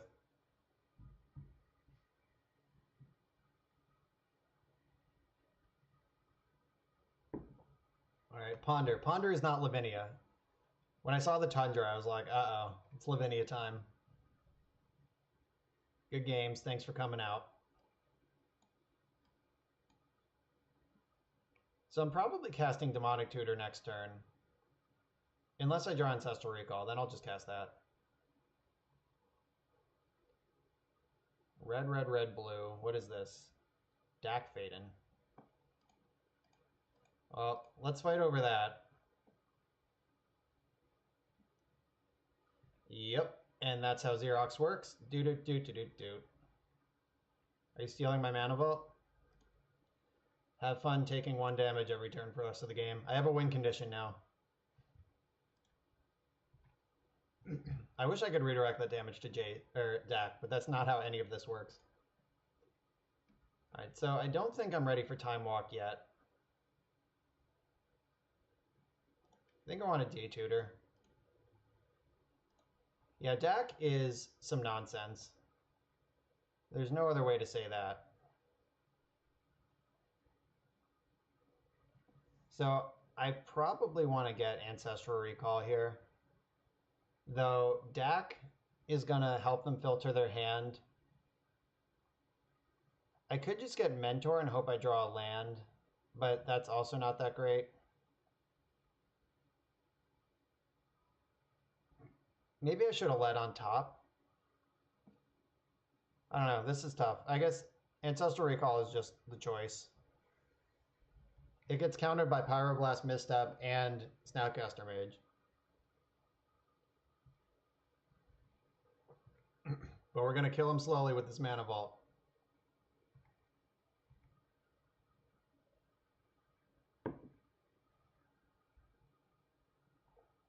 Strip Mine? Fuck.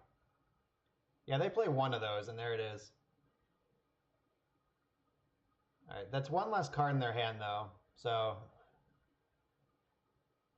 working through the cards in their hand is the name of the game. They discarded a Preordain. Their hand must be perfect already.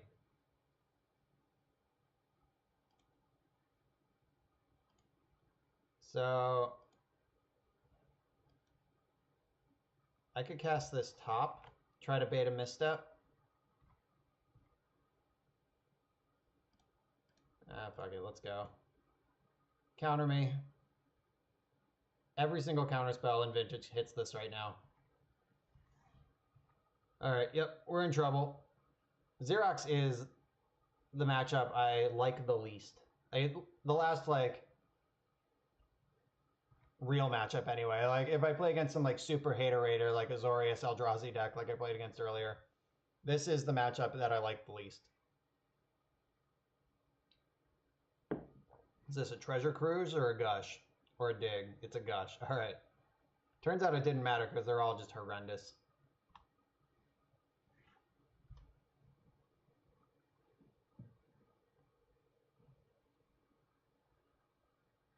Yeah, exactly. Exactly, I am level 1. Yeah, like, I don't think that's a bad thing in the grand scheme of the format. Like, it's good that there's not one obvious best deck that just beats everything. But I do, like, I am a player who benefits from a best deck that beats everything because I'll just play that deck and beat everything. Like, I have no internal drive to brew up my own deck or play something original, like, whatever. I'm very reinforced by winning. But they didn't use their floating blue. Not that that means anything. Alright, I like lands. Top, we're going to need those lands.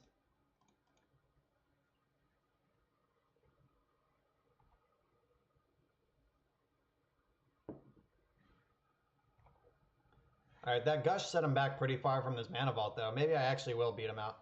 Lead him out.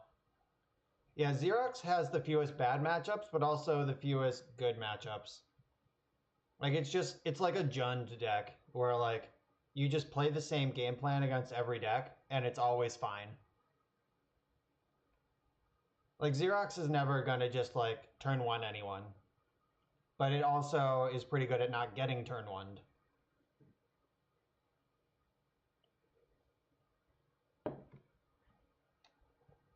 Uh-oh, a Mox Ruby. And a Stony Silence. That's bullshit. Guess I better draw a card. I should not have done that. I should have just let the top in play. So the reason is that I'm about to draw that top anyway, and having top in play is better for like Academy and related cards. Academy, like future POs. All right, let's take a walk. Yeah, I should have just left this top in play because now I'm just going to cast it. Maybe it'll bait a misstep. I don't know. It would be crazy if this got misstep. That would be so pointless. I need to draw exactly repeal, and it has to resolve.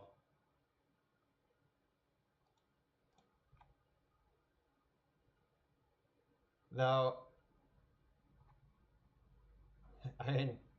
I am 14 turns away from this Mana Vault winning the game.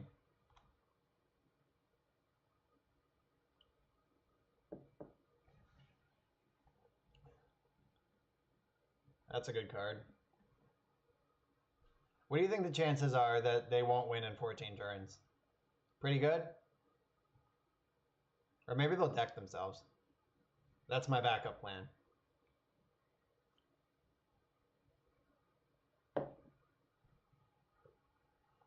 So if they emblem deck, what does that even do?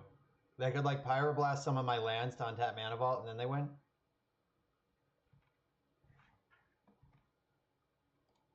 Alright, hit those land drops. That's going to be part of the plan.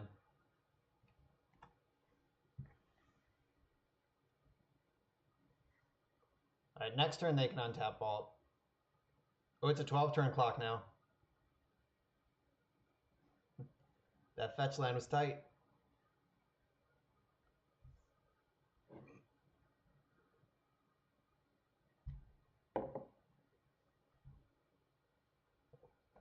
Treasure Cruise. So they just cast Treasure Cruise, and their graveyard still has 12 cards in it. That's how many cards they've seen this game. These early decks just draw you everything. Wow.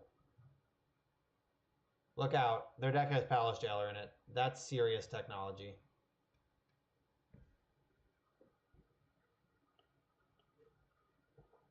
So there are some Xerox lists. It is a triggered ability.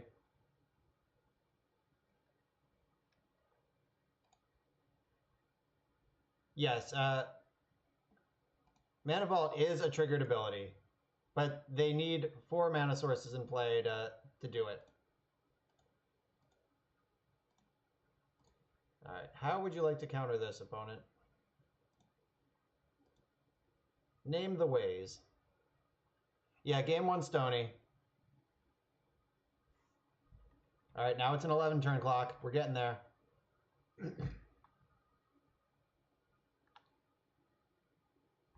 10 turns to go, opponent. Yeah, I'm just trying to see as much of their deck as I can, because they have some weird choices. Oh, there's the Mentor. Alright, now we lose. Yeah, so some Xerox decks, the really like controlling Xerox decks only play Mentor as a win con. Like they have Jaces too, I guess, but Mentor is the only creature.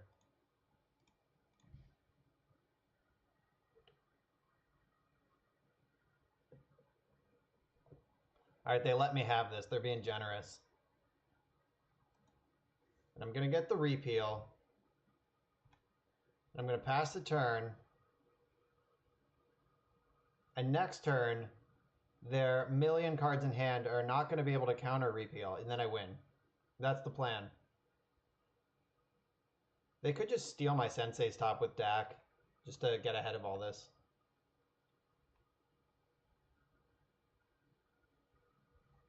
Alright, 9 turn clock.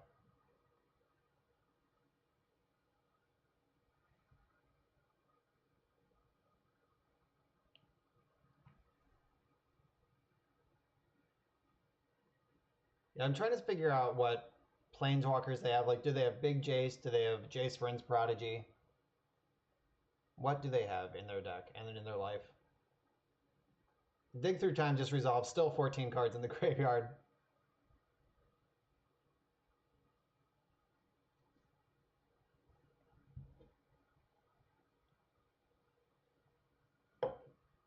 Like, I think my best draw is just Force of Will. They might... So, back in the day, like the old...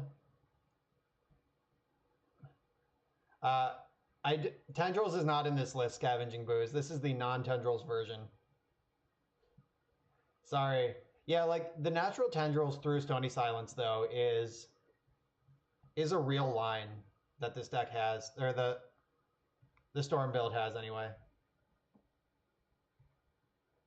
All right, here we go.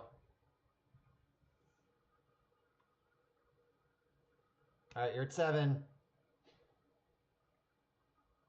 Tendrils would be lethal, though. Though, they already strip mined my Underground Sea. It's gone, so that's not even a line.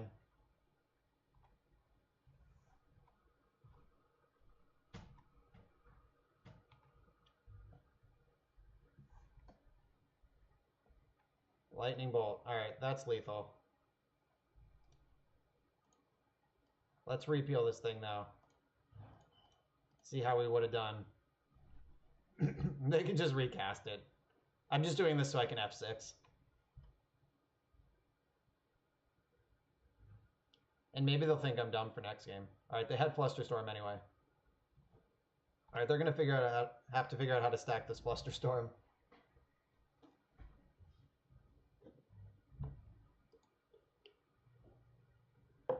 All right, so Monastery Mentor, most powerful creature that there is. Greatest creature, makes handsome monk tokens. And dead. 14 cards left in their deck. That early deck just cranked through the entire deck.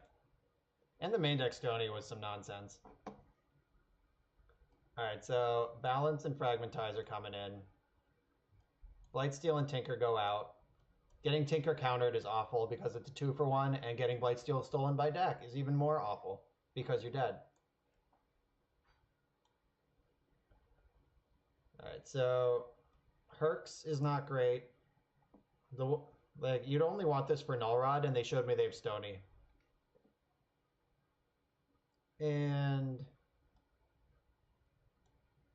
cutting one of the tops against Null Rod decks, I don't hate.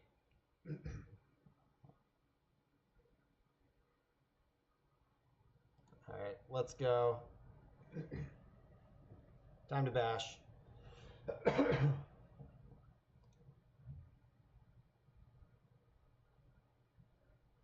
Alright, so this hand has Force of Will. This is the wrong Mox, or else I would have turn 2 Mentor. Mentor is one of my best cards.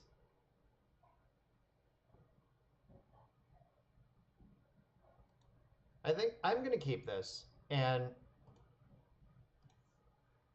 if I draw any Mox, I get to Mentor plus trigger it next turn. And if I don't draw any Mox, I can play Time Vault. Oh, God. Is this the same thing that happened to me last game? Just turn 1 deck with Pyroblast backup? Alright, I hope they don't have a Force. Okay, good. We survived the turn 1 Jace lottery. Ooh, Demonic Tutor. Alright, we're doing it.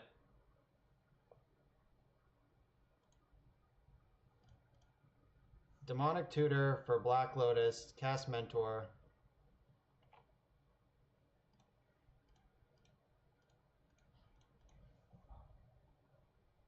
Or, nope, maybe not. Maybe I should just get Key. Though, getting Key loses to Misstep, where this plan doesn't. Yeah, I don't want to give them Misstep as a line.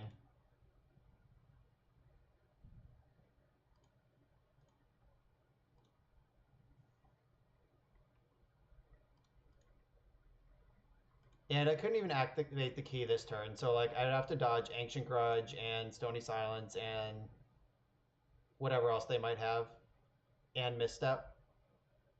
We know they didn't have Force, or else Jace would be in play. Oh, Ancestral Recall casual. Yeah, I mean, we don't want to get bolted either, but... Ooh. They were all in on that turn 1 Jace. Ancestral Recall, no land drop past the turn, go to discard.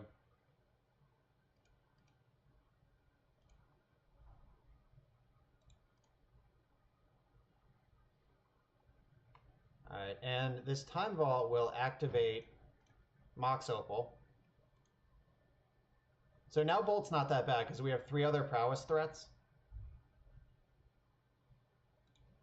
Subterranean Tremors would be pretty rough, but they need to draw a bunch of mana to go with it.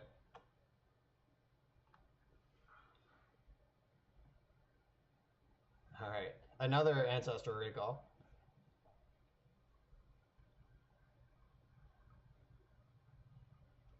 Pretty sure their options here are Lightning Bolt or Concede. Oh, Swords to Plowshares is in this version of the deck too. Oh, nope, just more blue cards. Taxian Probe. They chose to look at my hand. I would have looked at my own hand.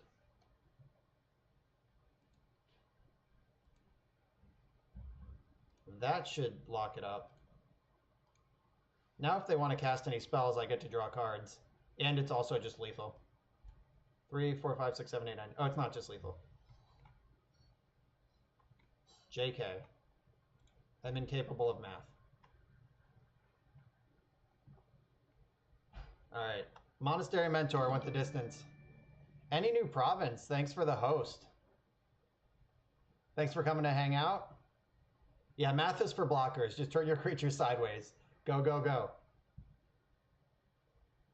Whatever they do is going to draw me cards. Swords to Plowshares doesn't even help them here. I guess I should take off my F6 in case I draw something off this this Remora. All right, they're at 2. They need to answer 2 more monks. Ooh, that's a good start.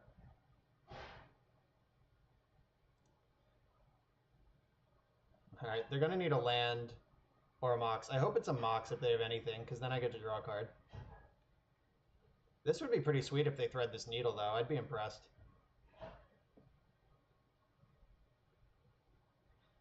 All right, they're tapping blue mana. Oh, they're gushing. Wow. This is sweet. They're doing it.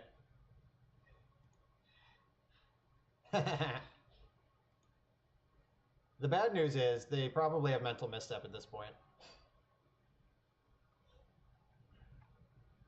The good news is I can keep this Remora around for a little while. If I draw Flusterstorm, I can win. Ooh. I am going to skip my turn. That keeps Remora in play for free.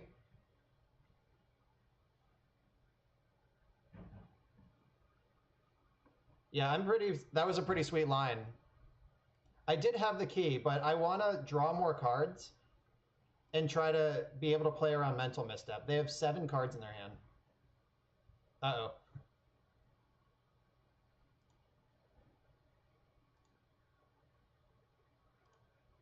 All right, I'll take an extra turn after this one.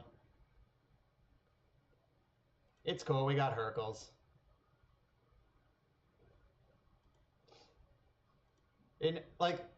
That sucks, obviously, but, like, I don't think it's that much worse than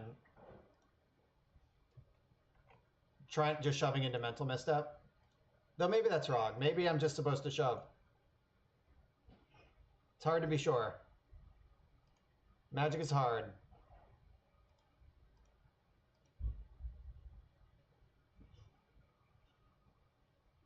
Yeah, we have Monastery Mentor.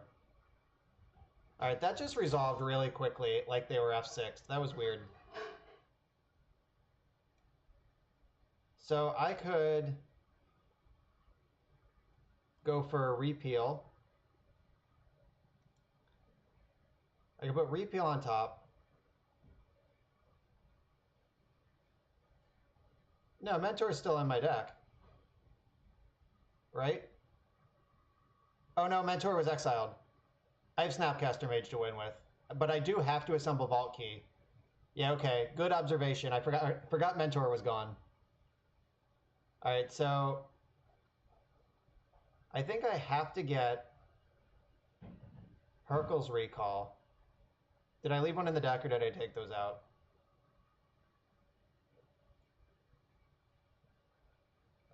So, let's see. All right, Hercules is out. So now I have to get this Time Vault back.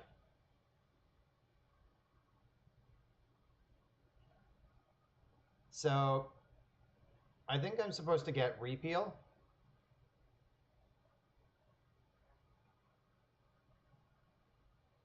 I could get Ancestral and swing for the fences.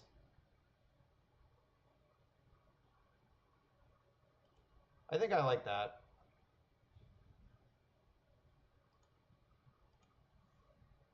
I'm going to play that Ruby to help pay for Remora. All right, I get an extra turn.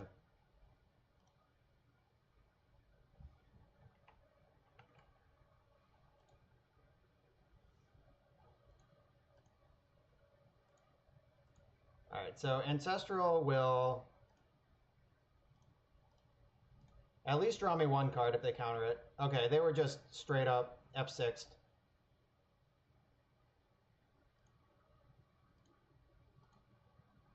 All right, I can Mystical Tutor for the repeal now. They're going to see that, though, unfortunately. Though I can repeal with Flusterstorm back up next turn. I didn't play my key because if they just play a second deck and win, that would be super embarrassing.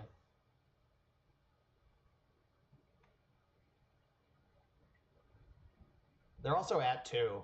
So, like, fetch land, like a single Snapcaster attack does it. Like, I could just sneak that thing in there.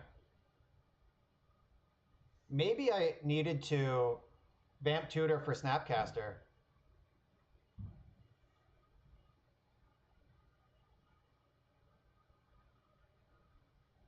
Tear. Destroy target enchantment. Oh, that was going to die anyway. Targeting Mystic Remora. Okay.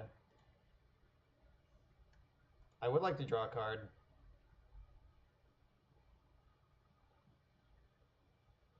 I'm not going to fluster this. That was great. I was going to let that die in my upkeep anyway. Time Walk.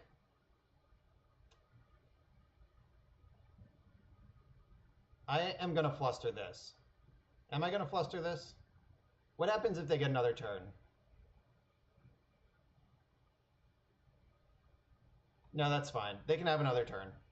Like, the only spell that matters for us in this game is my repeal.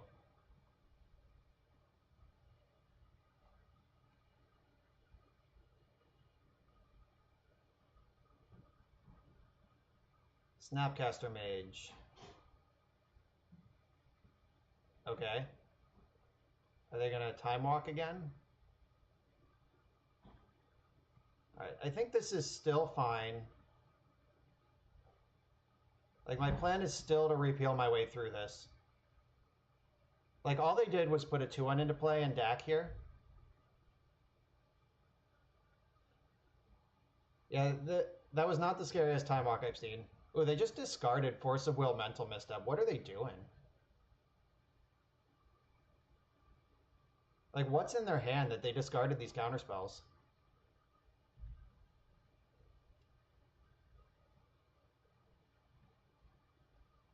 Oh yeah, that's true. If they have a blocker, I lose. Alright, they got my Mox Ruby now.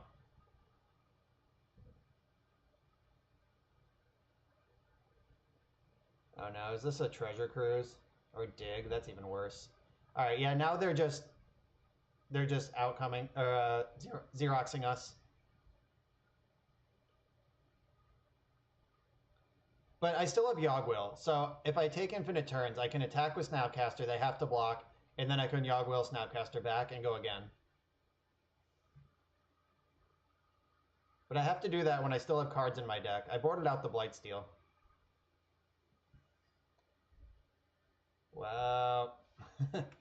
Yep, they're just doing what they do now. Yeah, this is a crazy game. No doubt about that.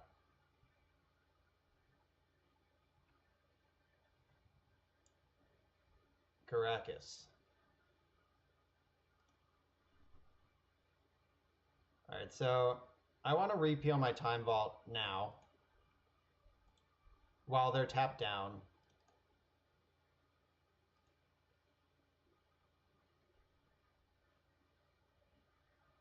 Alright, it just resolved somehow.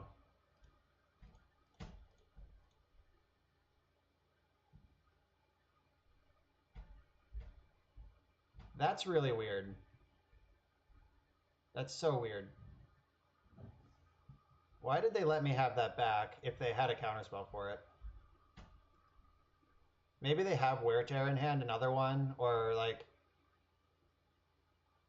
I guess Mental Misstep shuts down my combo.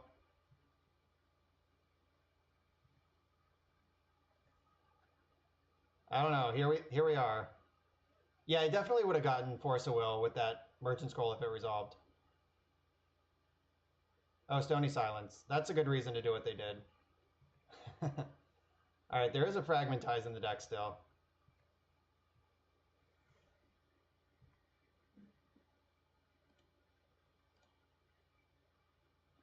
We're not locked out. We have Fragmentize.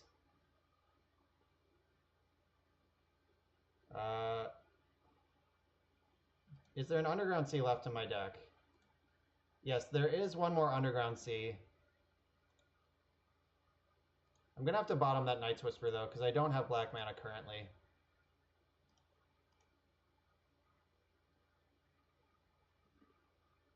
Yeah, this game has been crazy.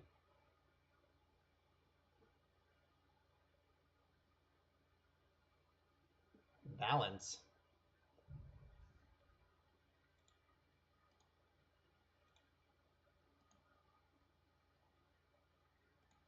What does balance do? Does it do anything? But so balance, kills Snapcaster Mage and makes me discard 2 cards. I only have 1 card that I want to discard. Like, I think I can wait a little bit. They've already used their Time Walk and snapped it back. Like, I got some time here. They're using DAC, but I'm 2 turns away from being in the library, and I'm 7 turns away from dead. So we got some options here. Yeah, it's kind of funny that, like, my plan is to cast Balance, but I want to have 7 cards in hand too. Like, now I just need Fragmentize to resolve, and that's my only real plan.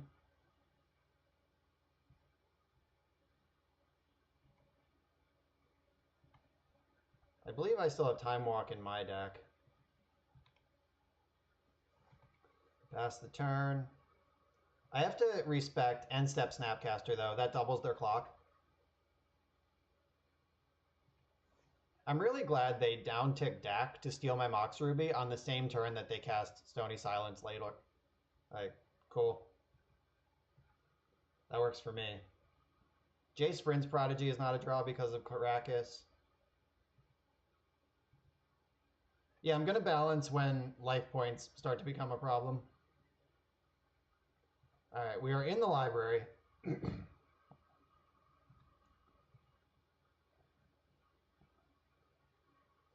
All right, there's the backup snap up.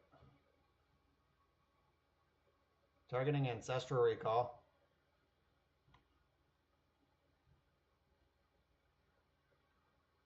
I think I'm going to Flusterstorm this Ancestral Recall.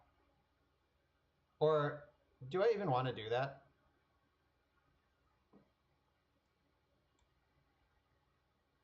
Maybe I shouldn't have done that. No, maybe I have to do that. All right.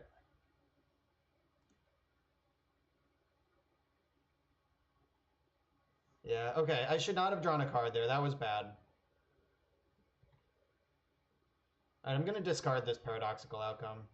Or Mana Crypt. No, I'm going to discard PO because that's not part of my plan anymore.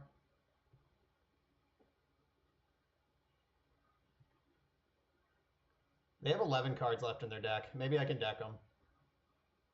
Their Mentor is still in their deck somewhere, though.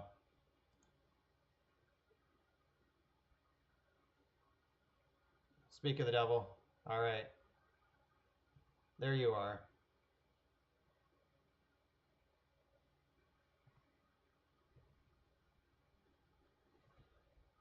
All right. It's time to balance. I'm going to draw first. All right, there is a land left in my deck. Play this. I'll fetch first. Yeah, playing out Mentor there was pretty aggressive. Now I kind of wish I hadn't thrown out PO, because now I only have 1 force. But, so, I think I can't play Crypt. That's a bad one. I want to get my hand a little lower. And I want to build Storm a little bit.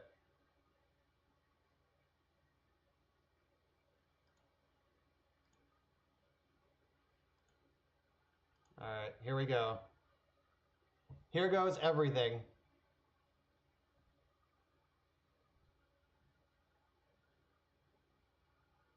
Mana Drain.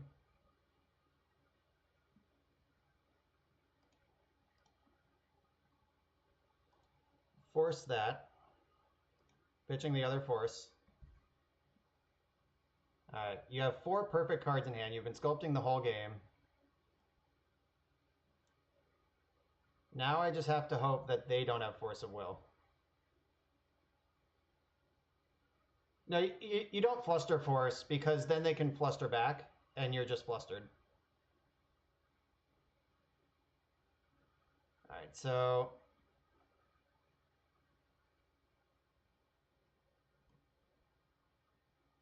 I'm going to fluster Mana Drain and Pyroblast.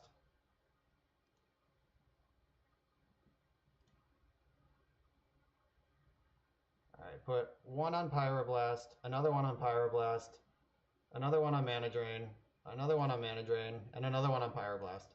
All right, this doesn't matter, like that I'm splitting them up like this, because they have to have force for the balance.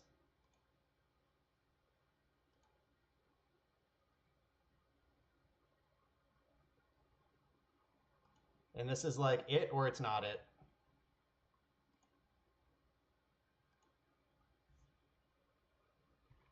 Maybe they're just clearing the stack, or maybe they somehow don't have it. Either way, this game's been awesome. Ah, they had it and they go to 1 to cast it. All right. Good game, opponent. Just kidding. You got me. All right. That got crazy. We got thoroughly Xeroxed there. All right. That was a sweet game. I'm going to end the stream there for the night. Yeah, so that merchant scroll would have been good. Could have got him if we had PO. No, we still needed another blue card. Like, so Flusterstorm was my third blue card. It was Force Flusterstorm. So I would have had to keep the PO and also still draw a blue card. So discarding Crypt was still right. Like, I should have kept my blue card count up. But in exactly that instance, we still wouldn't have got there because we needed another blue card. Yeah, I mean, small percentages, but they matter. Like, in those tight vintage games, you can't give up any percentage, and discarding Mana Crypt was definitely correct. And then hope for a blue card. But that game was insane. We were all in on Snapcaster Mage to win that game. That was awesome. So, anyway, that was a full night of vintage. A lot of PO. This is the only deck I played tonight. If you enjoyed this deck or if you like PO, just watch this VOD. We played a lot of weird matches, but a lot of good matches too. So, thanks for tuning in, everyone. I'm here every Monday and Wednesday playing Vintage and Legacy, usually. If you like it, hit that follow button. If you want to talk to me about Magic, when I'm not streaming, there's a chat Discord. There's also @BoschandRoll on Twitter. It's at the bottom of your screen. Follow me there. Hit the follow button. Tell your friends. Vintage content. So, for now, though, let's find someone that we can host. We're going to raid my dear companion, Honorog. All right. We're going to raid Honorog. He's a Legacy streamer. He's awesome if you don't follow him.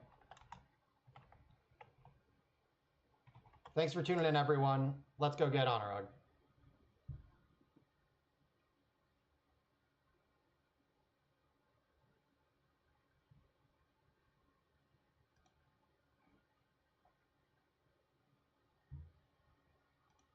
So this is the Anjo thing.